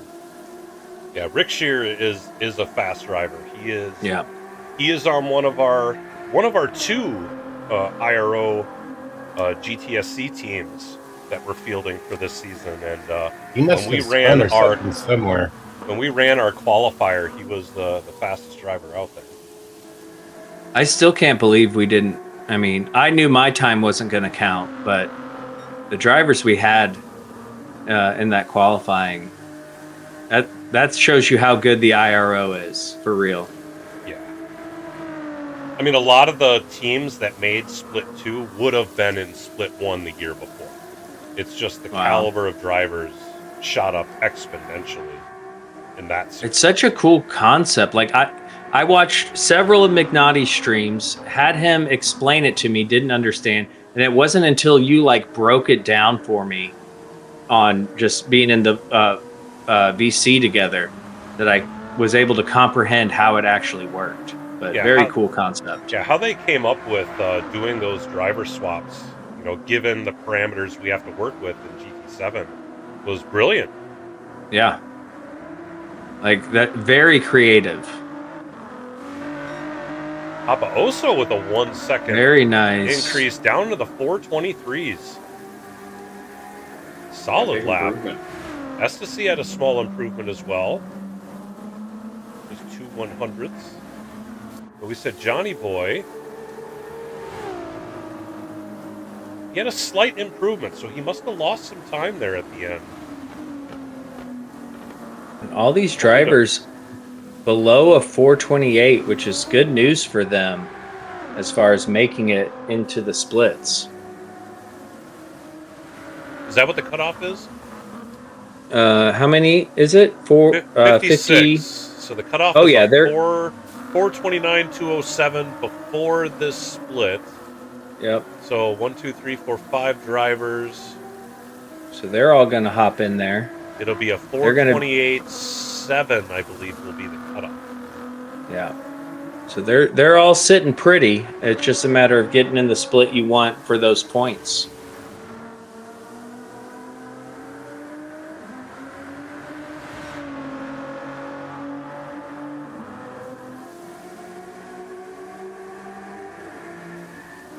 Check in with Rick here, see what he's going to do. Now, the first, 4 sectors were his fast ones in that fast lap. It's really the last 2 where we're going to be looking for the biggest improvement. I'm curious to see where he's at the end of sector 2. But a little wide there.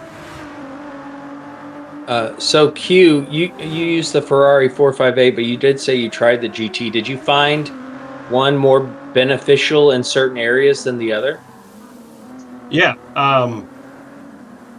The 458 was far superior in the twisty sections. Okay. And as you'd expect, right? Ooh. And then the Ford GT, if you watch the sector times for the 458 drivers going through the first 2 sectors, or at least the first sector, they should be able to be much faster. And then obviously with the set of straights before the last twisty section, that's where the GT is going to make up all the time. Even when I see watching the runs now, the speeds that the GT can carry through that last sector, through the high speed corners, is pretty well below what the 458 can do. So it's just, it's pick your poison. Ultimately, I found that the 458 was just easier to drive, better in the rain, going to be more responsive.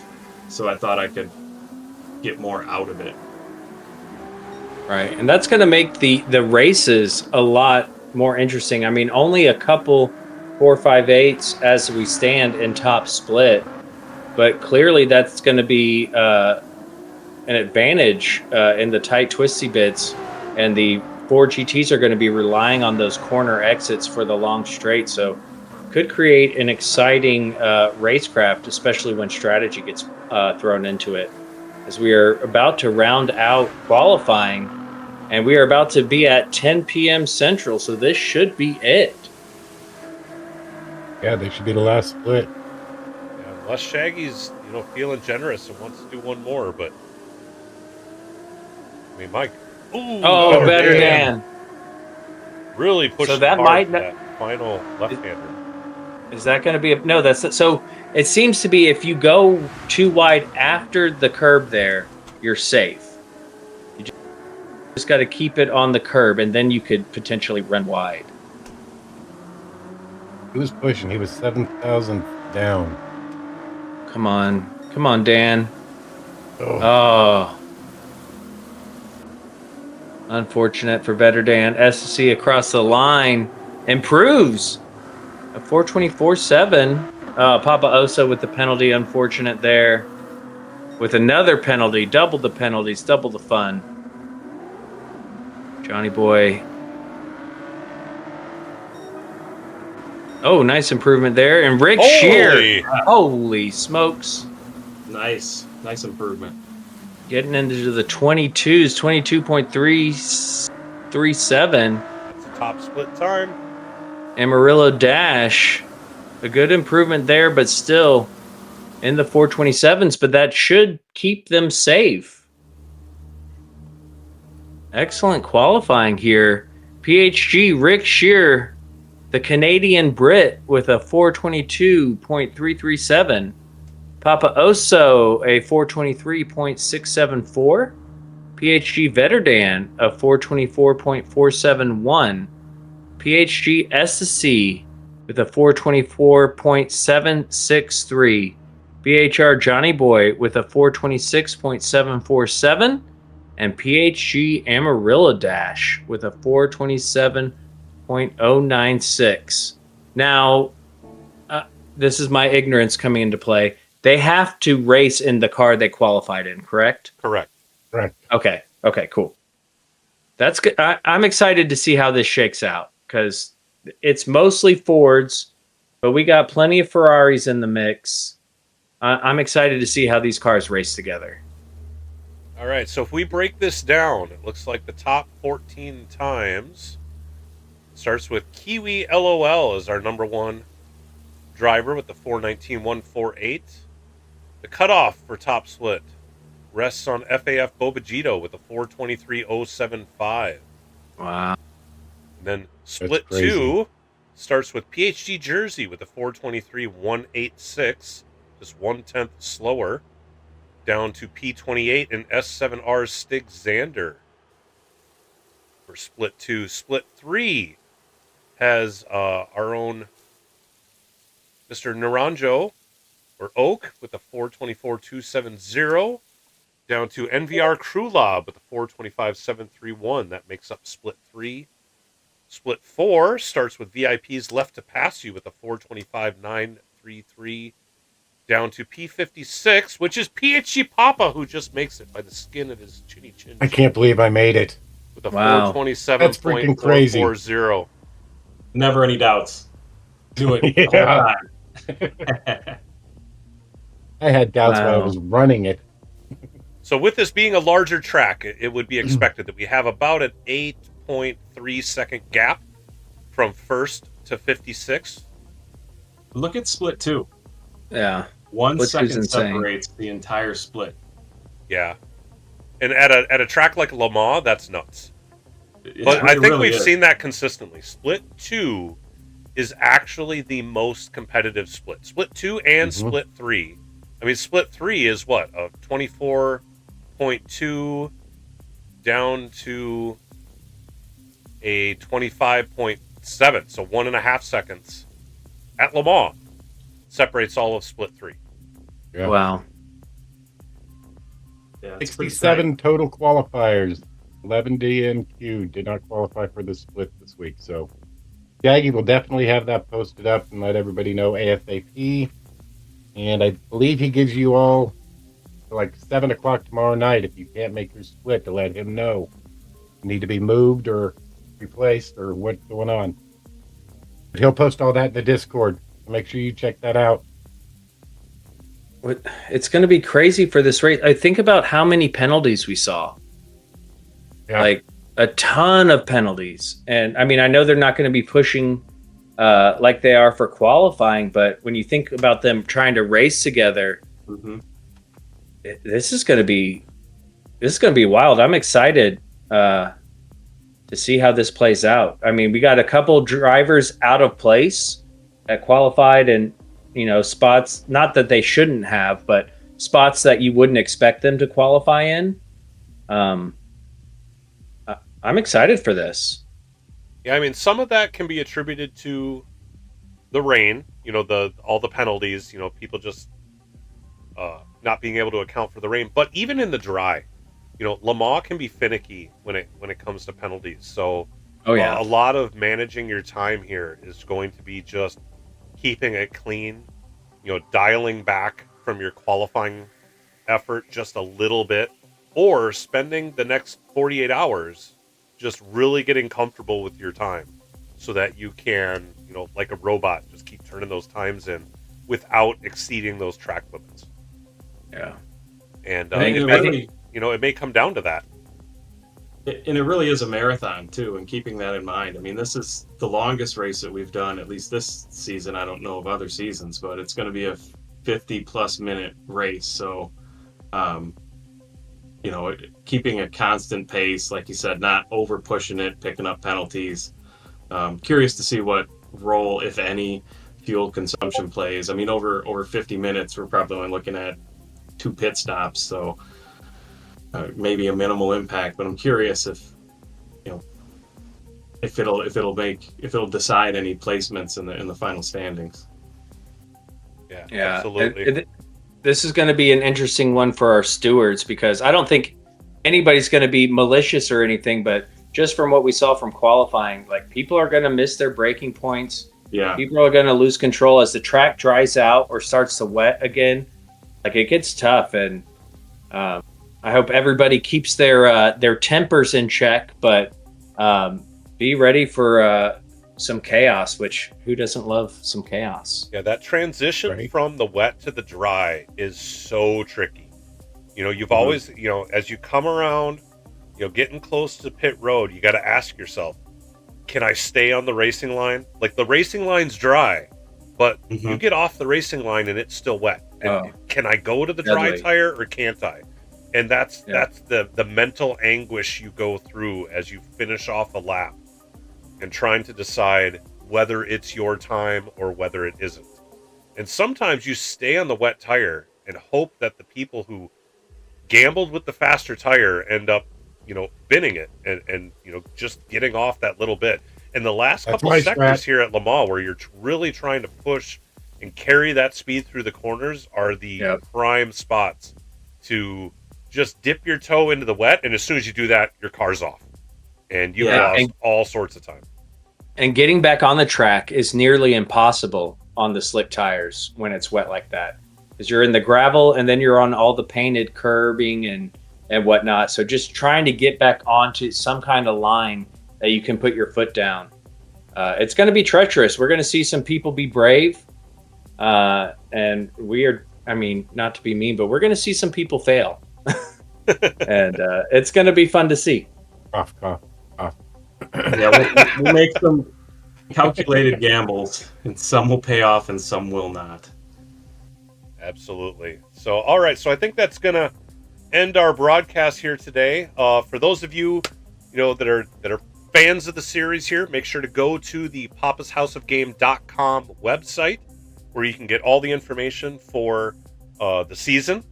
You can see the standings we have up, along with this race, and all the upcoming races, their dates and times, all that sort of business. You'll find a link to the Discord, so you can always join us in there, chat with the drivers, chat with your fellow fans, all that kind of stuff.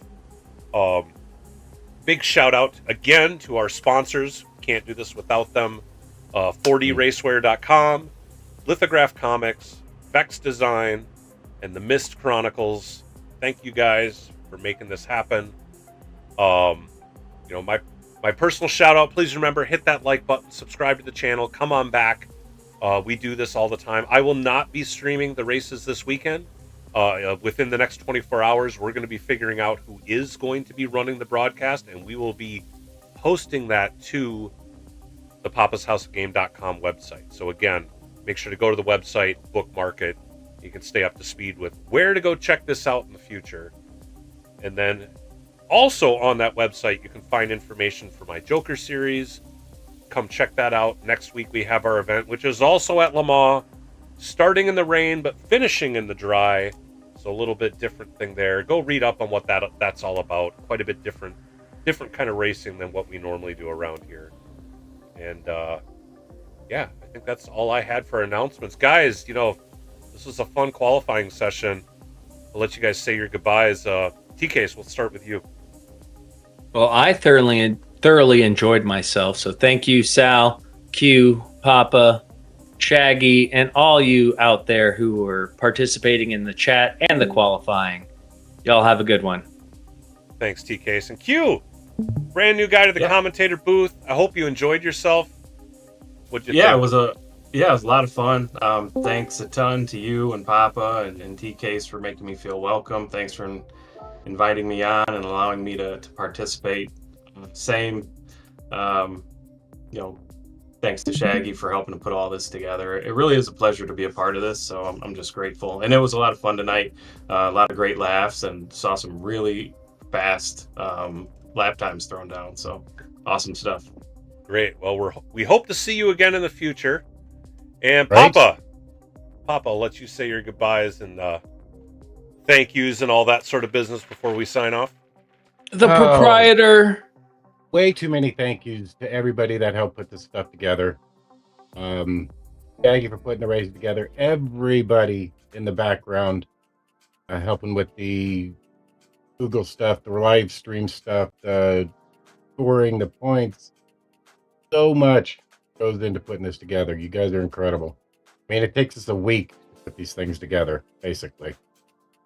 Personally, I'll be running, obviously, some couple practice races tomorrow. So you can check me out on my YouTube channel, Papa's House of Game. But yeah, stay up to date on the website and on the Discord and everything we got coming up and where you're going to be placed in your splits this week. Rain, rain, rain, rain, rain. So much rain.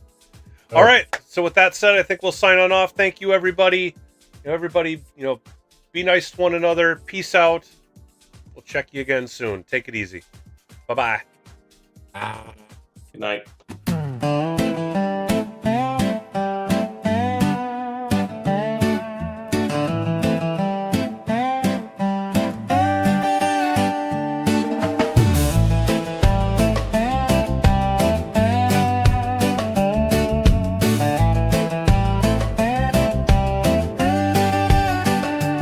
I don't know why, but the skies always break every time Shaggy sets the stakes.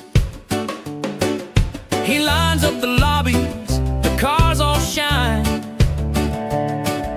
but here comes a storm right on time.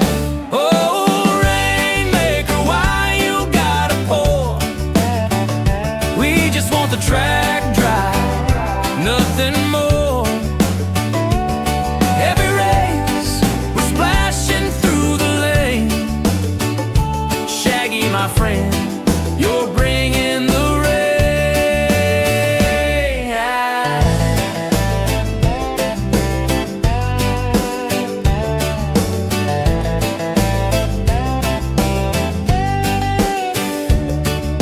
The tires are slipping, the turns get wild. I'm hydroplaning, losing my style. We asked for the sun, a clear blue sky, but puddles keep falling, and I don't know why. Maybe it's luck, maybe it's fate, or maybe Shaggy's laughing at our state. Oh, Rainmaker, why you gotta pour? We just want the track dry, nothing more. Every race, we're splashing through the lane. Shaggy, my friend, you're bringing the rain.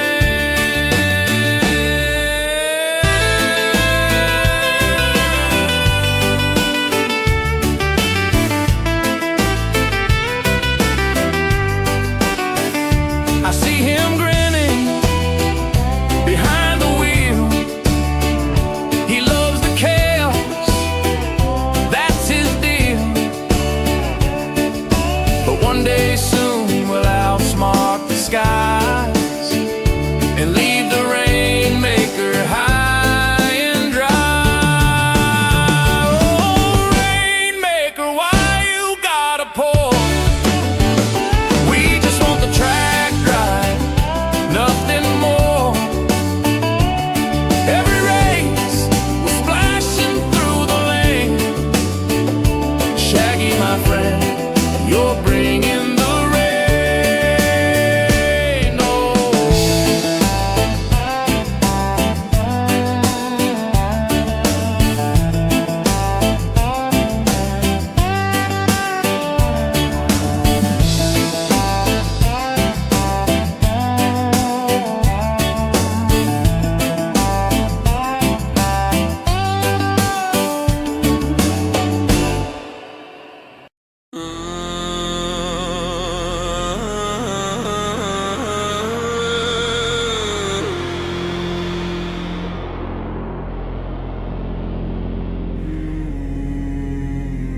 Midnight on the Mulsanne. Floodlights on slick tarmac. American thunder versus Italian art. Who owns the strait? Who fears the storm? Who breaks first? Who breaks? Hear it? That's not weather. That's a verdict coming down. Side by side in the spray, blue stripe biting a red. Carb heat, carbon dreams, both of us flirting with death. Ford's raw factory fury, Ferrari's knife edge pride. One building boardrooms, one born on winding hillside. This ain't just rubber and rain. This is Ford versus fate versus fame. Heavy drops from on the frame. While we ride new rules in the pain, let the storm call out our names. Hydroplaning hearts through the flame. I'm wide open, wide awake. In the double elements we break.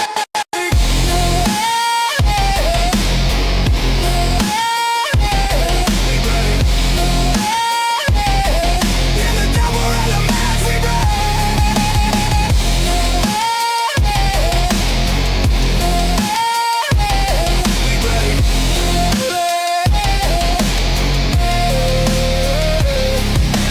Gear shift gritted with fear.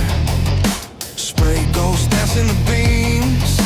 Lap times cut like lawyers. Still we're soaring at dreams. Prancing horse in my mirrors, but the gallop starts to drag. Every downshift out meets a full send flag. This ain't just rubber and rain. This is Ford versus faith versus fame. Heavy drops from on the frame. While we write new rules in the pain, let the storm call out our names. Hydroplaning hearts through the flame. I'm wide open, wide awake. In the double elements we break.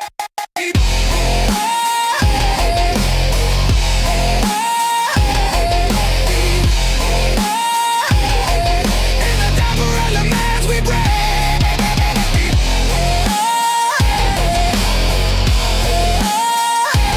Yeah, we break.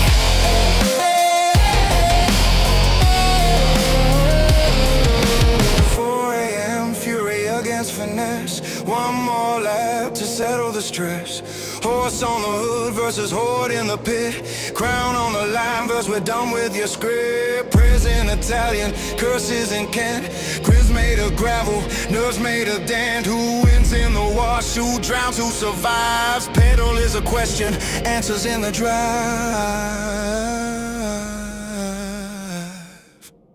This ain't just rubber and rain.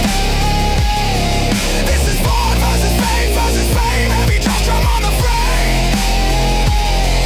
While we write new rules in the pain, let the storm call out our names. Hydroplaning hearts through the flame. I'm wide open, wide awake. In the double elements we break.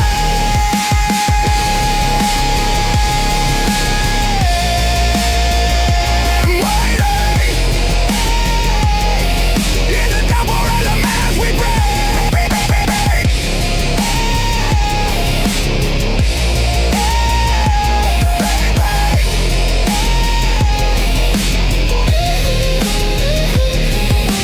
Checkered cloth. Soak through, someone cheers. Someone swears in the spray. History doesn't ask who stayed dry. Only who kept it flat in the flood. Turn the wipers off, cut the lights when the rain remembers this night. It'll still taste like fuel and fight.